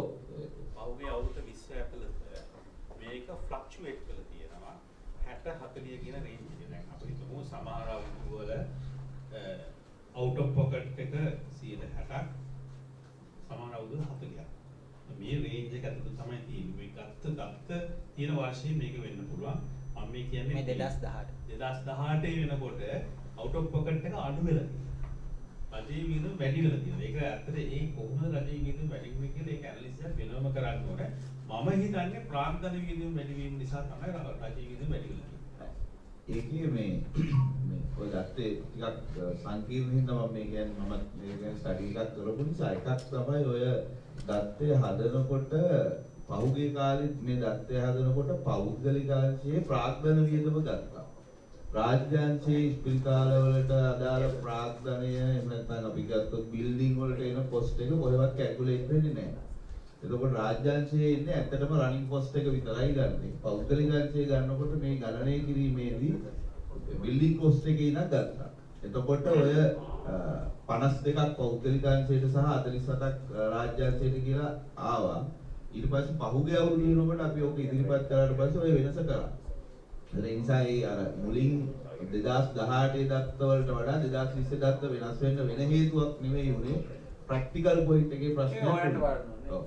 ඒක චුට්ටක් සංකීර්ණ. ඒ කියන්නේ ඔයා කියන්නේ මේ කැපිටල් කොස්ට් එක ගත්තේ නැහැ කියන එක මේ කැපිටල් කොස්ට් එක දිගටම ISP දත්වල තිබෙත් නැහැ, WHO දත්වල තිබෙත් නැහැ. දිගටම රාජ්‍යාංශය තමන්ගේ වියදම විදියට දුන්නේ තමන්ගේ රනින් කොස්ට් එක. හැබැයි පෞද්ගලික අංශයේ කොස්ට් එක විදියට ගන්නකොට එයාගේ බිල්ඩින් එකේ ඉඳන් සියලු කොස්ට් එක එකතු කරලා දෙනවා. මේ හැම අයවැය වාර්තාවෙම තියෙනවනේ සෞඛ්‍ය ප්‍රාග්ධන වියදම මේකයි කියලා. ඔව් ඒක තමයි දෙන්නේ අරක. දැන් සෞඛ්‍ය කියනකොට දැන් අපි ජාතික රෝහලේ බිල්ඩින් එකේ කොස්ට් එක කොහෙටවත් එකතු කරන්නේ නැහැ. LRH එකේ බිල්ඩින් එකේ කොස්ට් එක එකතු කරන්නේ නැහැ. නමුත් ආසිල් එකේ ගන්නකොට බිල්ඩින් කොස්ට් එක අපි ගන්නවා. අපි ඩිප්‍රීසියේෂන් ඩිප්‍රීසියේෂන්. ඒකයි. ඒක මම රාජ්‍යාංශයේ කැපිටල් වෙනස් කරේ සමහර. ඒකයි. වෙනස් කරේ ස්ටොක් එක 2020 පස්සේ. 2020 පස්සේ තමයි ඔක හරි. රිසර්ච් කරලා ඇත්තටම හොයාගත්තා ඔක. ඒක ඇතුලේ මට කියන්න තියෙන කාරණාව දැන් ඔය out of pocket එක ඇත්තටම ලොකු ගාණක් යන්නේ සෞඛ්‍ය සේවාවේ පොඩි consumption එක. ඒ කියන්නේ අපි ගත්තොත් out of pocket එක 105ක් වගේ සෞඛ්‍ය සේවාවල් සඳහා තමයි 142 වුණත් වැඩි ඒක යන්නේ. ඒතකොට ඒ කියන්නේ මේ රටේ අපිට තව ඉස්සරහට මේ නිදහස් සෞඛ්‍ය සේවාව කියන එක සස්ටේනබල්ද කියන එක ඔය ප්‍රශ්නාර්ථය ඇතුලේ තියෙනවා. එකක් තමයි දැන් මිනිස්සුන්ට නිදහස් සෞඛ්‍ය සේවාව දුන්නට සල්ලි වියදම් කරන්න පුළුවන් කට්ටියකුත් ඉන්නවා. සල්ලි වියදම් කරමින් අර කළු සල්ලි විදියට මේ මාකට් එකේ සෞඛ්‍ය සේවාවකුත් යනවා. ඉතින් මම කියන්නේ අපිට රැඩිකල් චේන්ජ් එකකට යනවා නම් අඩු ආදායම් ලාභී සඳහා විශේෂ රැකවරණයක් තියෙන නිදහස් සෞඛ්‍ය සේවාවක් තියෙන ගමන් දැන් මේක සෞඛ්‍යයට විතරක් නෙවෙයි මට හිතෙනවා දැන් අපි ගත්තොත් තෙල් ගත්තොත් මේ රටේ අතිශය ධනස්කන්ධයක් තියෙන අයටත් ආණ්ඩුවෙන් කොටසක් ගෙවනවා විදුලිය ගත්තත් අපි එහෙම ගෙවනවා ඉතින් අපිට තවදුරටත් නිදහස් සෞඛ්‍ය සේවාව පවත්වා ගන්න එකත් අභියෝගයක් වෙලා තියෙද්දි අපි එහෙම කරන්න ඕනේද එහෙම කරන්න කියලා සමස්ත නිදහස් සෞඛ්‍ය සේවාව කඩාවට්ටන්න ඕනේද කියන ප්‍රශ්නය දිහා අපි මීට වඩා මේ සිස්ටම් එක දිහා නිදහස් සෞඛ්‍ය සේවාව හොඳයි කියන එක ඇතුලේ මේක ඉෆෙක්ටිව්ද කියන එක ගැන කල්පනා කරන්න ඕනේ නැද්ද කියන කාරණාව තමයි මම මතු කරන්නේ මම හිතන්නේ අපි ඒක ගැන සංවාදයක් රට ඇතුලේ හදන්නට ඕනේ කියලා. ස්තුතියි රවි. මෙතරම් මේ සෞඛ්‍ය ශාස්ත්‍රය ගැන අපි මම හිතන්නේ බොහොම විස්තරාත්මකව කතා කරා. අපි සෞඛ්‍ය ආහාර සුරක්ෂිතතාවය ප්‍රවාහනයේ බලශක්තිය වැනි ශාස්ත්‍රවල වගේම ආණ්ඩු ක්‍රම ප්‍රතිසංස්කරණ ගැනත් කතා කරා. වෙන ප්‍රශ්න තිබෙනවා නම් මේ අනිත් ශාස්ත්‍රවල අත උස්සන්න ඔබට අපිට ලබා දෙන්න පුළුවන්. දෙන්න මේ මම. ඔව්. මයික් එක හරි. ඔක ඇහෙනවද මේ අවශ්‍ය නැහැ මේක. නෑ මේ අර මේක මේ සූම් එකකින් එළියටත් යනවා. ලෝකේ තියෙනවා ඕනෑම රටක හැම සේවාවකටම යම් මිලක් නියම කරලා තියෙනවා. අපේ රටේ කියන්නේ අපි බැලුවොත් ස්පෝර්ට් සේවා අම්කරු අපි හැම කෙනෙකුට මිලක් තියෙනවා. ඉතින් මේ මිල නැහැ. මේ රටේ හිතු ගණන් තමයි අය කරන්නේ. දැන් මේ වගේ අවස්ථාවක කිසිම කෙනෙක්ට අංශයේ පඩියක් ලැබෙන්නේ නැහැ වැඩි වෙලා. නමුත් අද කියන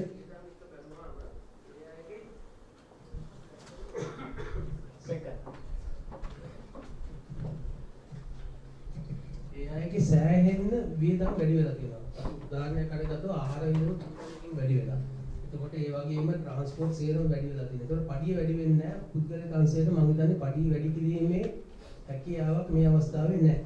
මොකද රජයේ ඉදිරියේදී බඩු දැනීමක් සිදු කරනවා නම් අපිට හැම දෙයකටම නිශ්චිත ගාණක් තියෙනවා. ඒක හැම සේවාවකටම එන්න ඕනේ. අන්න ඒක පුළුවන් නම් පාර්ලිමේන්තුව ගැසට් මගින් හරි ඒ වගේ දෙයක් මෙයා කරනවා නම් මොකද ට්‍රාන්ස්පෝර්ට් එකක් ගත්තොත් අපි ට්‍රාන්ස්පෝර්ට් එක එක විදිහට කියනවා. සේවාවක් ගත්තොත් සේවාව එක විදිහට තියෙනවා. අන්න ඒ ක්‍රමයේ මොකක් හරි හදන්න පුළුවන් නම් මම හිතන්නේ ඉස්සරහට හොඳයි කියලා හිතනවා. මේ ප්‍රශ්න කාල වේලාව අඩු නිසා අපි මේ ප්‍රශ්නේ තව ප්‍රශ්නයක් අහලා ඒ දෙකම එකට උත්තර දෙමු. බොහොම ස්තුතියි. මම ශ්‍රී ලංකා පරිපාලන සේවා සංගමයේ සභාපති රෝහණ ද සිල්වා. විශේෂයෙන් ස්තුති අන්තර අපිට ආරාධනා කිරීම ගැන මම හිතන්නේ අපි මතු පිටින් දකින දෙයට වඩා අභ්‍යන්තරයේ බොහොම දරුණුයි. සමත් වෙනස්. ඒ වගේම මතු පිටින් බලලා මේ කරන විග්‍රහයන්ටත් වඩා අතිශයින් දුක්ඛාන්තයක් තමයි ඇතුලේ තියෙන්නේ. ඒක නිසා මේ වැඩසටහනත් එක්කම අපි දීර්ඝව මේ විෂයන් ගැන එක විෂයකට එක දවස ගානේ තියලා සාකච්ඡා කරොත් තමයි අපිට මේකේ ඇත්තම තත්ත්වය මතු කරගන්න වෙන්නේ. බොහොම සරලව කිව්වොත් අද අපිට නිදහස් සෞඛ්‍යයකුත් නැහැ, නිදහස් අධ්‍යාපනයකුත් නැහැ, නිදහස් මුකුත් නැහැ ආණ්ඩුව වියදම් කරාට. මොකද මේ හැමෝම අධ්‍යාපනය කිව්වත් ප්‍රයිවට් ටියුෂන් වලට වියදම් කරන්න ඕනේ. හෙල්ත් කිව්වත් පුද්ගලික අංශයට ගිහිල්ලා බෙහෙත් ගන්න ඕනේ. එහෙම සම්පූර්ණ නිදහස් වෙච්ච සෞඛ්‍යයක්වත් සම්පූර්ණ නිදහස් වෙච්ච අධ්‍යාපනයක්වත් අද මේ මොහොතේ ලංකාවේ කාටවත් උරුම වෙලා නැහැ. මේක තමයි සමස්ත තත්ත්වය. අපි ණයට අරගෙන පොලි ගෙවගෙවා මේ පද්ධතීන් සියල්ලම නඩත්තු කරනවා. ඒ ණය ගෙවන්න තවත් ණය ගන්නවා පොලියට. මේක මේ තත්ත්වයේ දිගින් දිගටම එන්න මතුනේ ඇයි කියන එක තමයි මේ මොහොතේ අපි වැටුණයින් පස්සේ හිතන්න ඕනේ. අපි වැටෙන්න ඕන වලේ වැටලා තාමත් ගොඩේන්න කිසිම මාර්ගයක් නැහැ. හැබැයි අපේ ගොඩක් අය වල ඇතුළේ ඉඳන් පොර කනවා. ඒක ඇතුළේ ඉඳගෙන කවුද වාසියක් වෙඩි පුර ගන්න කියලා. අනිත් අය කකුලෙන් පල්ලෙහාට ඇදලා දාලා Taman කොහොමද උඩට නගින්නේ කියලා තමයි තාමත් හොයන්නේ. මෙන්න මේ අභාග්‍ය සම්පන්න තත්වයෙන් ඉස්සරහට එන්න අපි කිසියම් ක්‍රියාමාර්ගයක් ගත්තේ නැත්නම් සමස්තය එක්ක එකතු වෙලා මම හිතන්නේ අර ඔබතුමා කිව්ව ඊළඟ මාස 4-5 ඇතුළත වෙන තත්ත්වයෙන් රටට බෙදුමක් වෙයි කියලා. ඒක නිසා අපි හැම වෙලාවෙම දන්නවා මේ හැම වැඩක්ම කරේ මහජන නියෝජිතයන් අනිකුත් නිලධාරීන් එක්ක එකතු වෙලා. මොකද හේතු උනේ අපේ සෑම ක්‍රියාවක්ම ඒ ඉලක්කගත උනේ ඊළඟ ඡන්දේ. ඊළඟ ඡන්දයෙන් ජය ගන්න නම් අපි කී දෙනෙකුටපත් වීම දෙන්න ඕනද? කී දෙනෙක් හිත සතුටු කරන්න ඕනද? කොච්චර ව්‍යාපාරිකයින් සතුටු කරලා ඔවුන්ට මුදලක් අතට යවන්න ඕනද? මේ වගේ සමස්ත පද්ධතිය තුල Tamanට කැමති නිලධාරීන් ඒ තන් වලටපත් කරලා ඒ නිලධාරීන් ලවා Tamanට අවශ්‍ය දේ ඉෂ්ට කරගන්නවා. ඒ නිලධාරීනුත් ඒව කරනවා. එතකොට මේ කරන නිලධාරියා වගේම ඒ පත් කරපු අපේ දේශපාලන විධායකයට දැඩි වගකීමක් තියෙනවා. මේක එක පැත්තකට හරවන්න පුළුවන් දෙයක් නෙමෙයි. අපි කාටවත් දොස් කියාගෙන වැඩක් නැහැ. ඒක නිසා තමයි මම කිව්වේ මේ හැම ක්ෂේත්‍රයක් ගැනම අපි දිගටම හිතා බැලුවේ නැත්නම් අපි කොහෙද ඉන්නේ කියලා හිතා ගන්න බෑ. බොහොම සරල උදාහරණයකින් මම නවත්තන්න ලොකු කාලයක් නැති ඉඳන් මම බලපිටියේ මම ඉපදුනේ 1971 89 90 වෙනකම් බලපිටියමයි හිටියේ. හැබැයි එදා තිබුණු සෞඛ්‍යයේ අපිට ගමේ තිබුණු පහසුකම් අද නැහැ. එදා බලපිටියේ වෛද්‍යවරු 4 දෙනයි අද ඉන්නවා ඉතා විශාල ප්‍රමාණයක්. 4 දෙනෙක් ඉන්නකොට සතියකට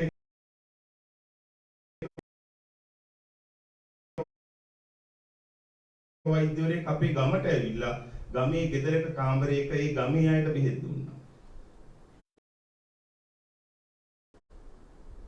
අපි අසනීපයක් වුණොත් යන්න ඕනේ මහමෝදරට සතියට එක දවසයි ශල්‍ය වෛද්‍යවරයෙක් මහමෝදරට යන්නේ කොළඹ ඉඳලා. අදටත් ශල්‍ය වෛද්‍යවරු ඉන්නේ ගාල්ලේ විතරයි. නමුත් අර තිබුණු ප්‍රාථමික සෞඛ්‍ය තත්ත්වය අපි ගමේ වැඩ කරන ගමන් සතියේ ඒ එන වෙලාවට ළඟට ගිහිල්ලා ගන්න තිබිච්ච පහසුකම අද නැති වෙලා වෙනත් ස්වරූපයකින් අදාළ වෙන පද්ධතිය කොට නැගලා තියෙනවා. වැරදුනේ කොතනද කියලා අපිට මෙතන එකපාරට කියන්න බෑ. ඒ වගේම තමයි අපි ශිෂ්‍යත්ව විභාගෙට ගන්නන වෙලාවේ ගුරුවරයා පාසලේ නැවත ඉඳලා හවස 5 වෙනකන් අපිට උගන්වනවා රුපියලක්වත් ගන්න නැතුව. සමහර වෙලාවට ගුරුවරයාගේ කෑම එක අපිට දෙනවා. අද ඒක සම්පූර්ණයෙන් තත්ත්වය වෙනස්. මේ සමාජ තත්ත්වෙම සම්පූර්ණයෙන් වෙනස් වෙලා තියෙන්නේ. මේ වෙනස් වෙච්ච තත්ත්වය වෙනස් වුණු විදිය සහ අනිකුත් දේවල් ගැන අපිට දැඩිව හිතන්න මේ මොහොතේ බල කරලා තියෙනවා. සමාජයේට අපි ඔබතුමාලගෙන් ඉල්ලා සිටින්නේ මේ සමස්ත තත්ත්වයන් පිළිබඳව දීර්ඝව සාකච්ඡා කරන සංවිධානය ආකාරයේ වැඩසටහනක් සකස් කරගමු. අභ්‍යන්තරයටම ගිහිල්ලා හොයලා බලන්න ඕනේ අපිට වැරදුණු තැන සහ දැන් එළියට ගන්න ඕන තැන. ඒකට මේ කාලේ වැඩ කරන ගමන් පාර්ලිමේන්තුවේ අපේ මහජන නියෝජිතුන් සියලු දෙනාම එකා වගේ මේ තත්ත්වය අවබෝධ කරගෙන එකට වැඩ කරොත් අර කිව්ව වියදම අවම කරගන්න මම හිතන්නේ රටේ ඉස්සරහට ගෙනියන්න පුළුවන් වෙයි කියලා හිතනවා. අපි අපේ සහාය උපරිමයෙන් ඒ සඳහා දෙන්න කිසිදු කොන්දේසියකින් තොරව සූදානම් කියලා කියන්නත් කැමතියි. මේ තව ප්‍රශ්නයක් තියෙනවා. ඒ ප්‍රශ්නත් අහලම ප්‍රශ්න මයික් එක ගන්න. ප්‍රශ්න අපේ කාල වේලාව ගොඩක් මදි හින්දා අපි ප්‍රශ්න ඉදිරිපත් කරමු. ඊට පස්සේ අපේ දැන් ලෝකේ නව මූලිකයක් එනවා ක්‍රිප්ටෝකරන්සි හරහා මේ වගේ මේක ඩිජිටල් කරන්සි හරහා. ඒකට මම හිතන්නේ ලෝකේ විවිධ සංචිතගත වෙච්ච ප්‍රාග්ධනයන් එහෙට මෙහෙට ගෙනියන්නත් සංචිතගත කරගන්නත් උපාය මාර්ගික මූල්‍ය ක්‍රමයක් විදිහට තමයි ඒක තියෙනවා. ඒ පිළිබඳව ඔබතුමාට ප්‍රාමාණික දැනුමක් තිබෙනවා. මට තියෙන්නේ මේ ආර්ථික අර්බුදයට අපිට ක්‍රිප්ටෝ එක්ස්චේන්ජ් හබ් එකක් කරහා හෝ එහෙම නැත්නම් ලෝකේ තුරා මේ සංසර්ගයේ විදේශ සංචිත විදේශ මුදල් අපිට මේ වගේ වෙලාවක උපාය මාර්ගිකව අපිට ගන්න පුළුවන් ක්‍රමයක් තිබෙනවා. එහෙම නැත්නම් ජාතික ආර්ථිකයට කොහොමද මේ වගේ එකක් ආයෙ කරගන්න මේ වගේ වෙලාවක පුළුවන් කමක් තියෙනවා කියලා. ඔව් බොහොම ස්තුතියි. අපි ප්‍රශ්න දෙකක් ඉස්සෙල්ල මහත්මයාගේ ප්‍රශ්නයයි මේ ප්‍රශ්නය දෙකම අපි ඔව් සම්පි කරන්නක එතුමාට පළවෙනි ප්‍රශ්නය අර පෞද්ගලික සේවය පෞද්ගලික අංශයේ වියදම වැඩි වෙනවා. නමුත් පඩිය වැඩි වෙන්නේ නැහැ. ඒ සම්බන්ධයෙන් යම්කිසි ජාතික ප්‍රතිපත්තියක් ගැන අහපු ප්‍රශ්නේ. ඊළඟට ඔබතුමාගේ ප්‍රශ්නේ ක්‍රිප්ටෝකරන්සි සම්බන්ධයෙන්. ඇත්තටම මේ ලංකාවේ පෞද්ගලික අංශය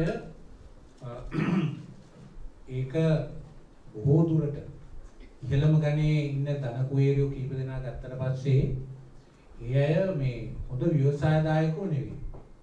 ඒගොල්ලෝ මේ රාජ්‍ය කූරම් කාගෙන ධනෙ ගොඩ ගහගත්ත අය.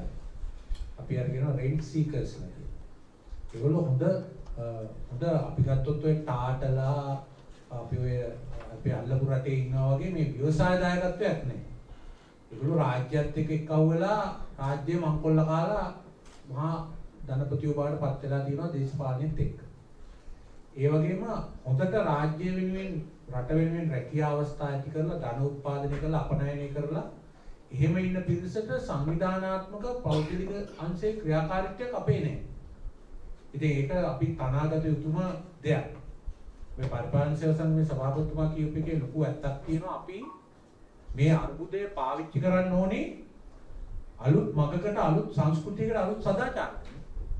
මොකද මේ රටේ ඒ වගේ මේ තත්ත්වයක් ඇති කරගන්න අපිට සෑහෙන සදාචාරාත්මක පෙළඹීමක් ඕනේ.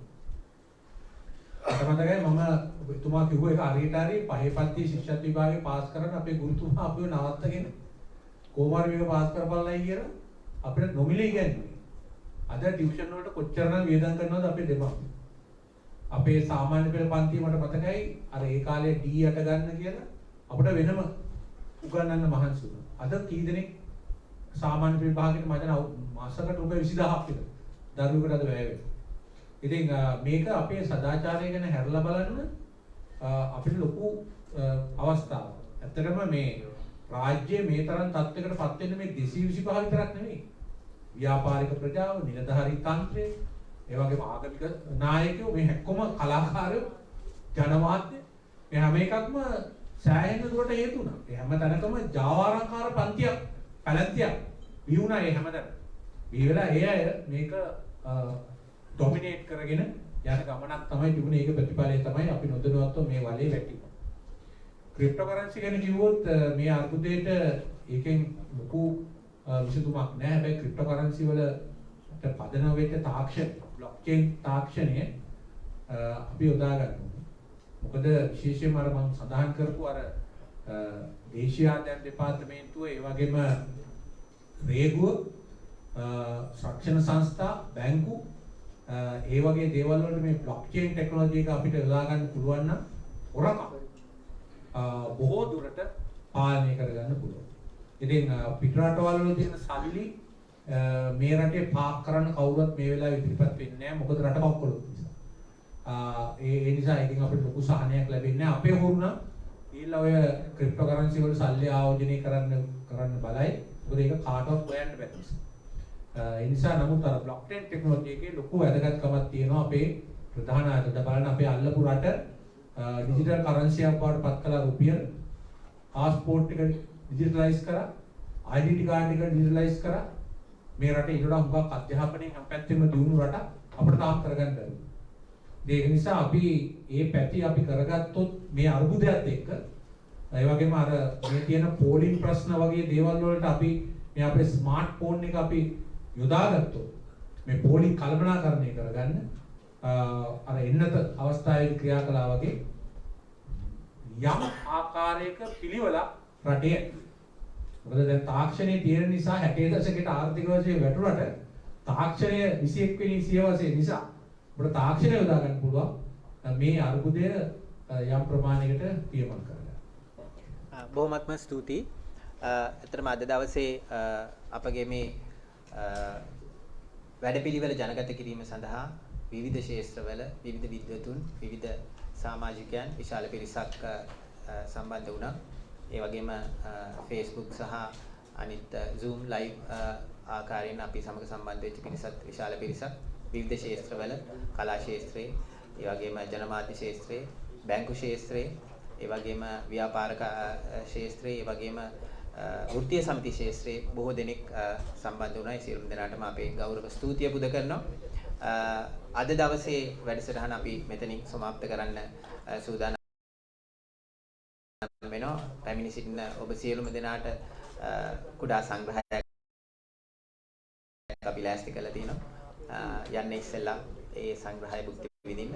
එහෙනම් මේ වැඩසටහන මේ ජනගත කර අද දින ජනගත කර මේ දැක්ම තවදුරටත් මහජනතාව අතර පැතිරවීමට සහ එහි ප්‍රායෝගික යෙදවීම කරවීම සඳහා දේශපාලනය භාවිතා කිරීම සඳහා ඔබ සියලුම දෙනාට ආරාධනා කරමින් අද දවසේ වැඩසටහන සමාප්ත කරනවා. බොහොමත්ම ස්තුතියි.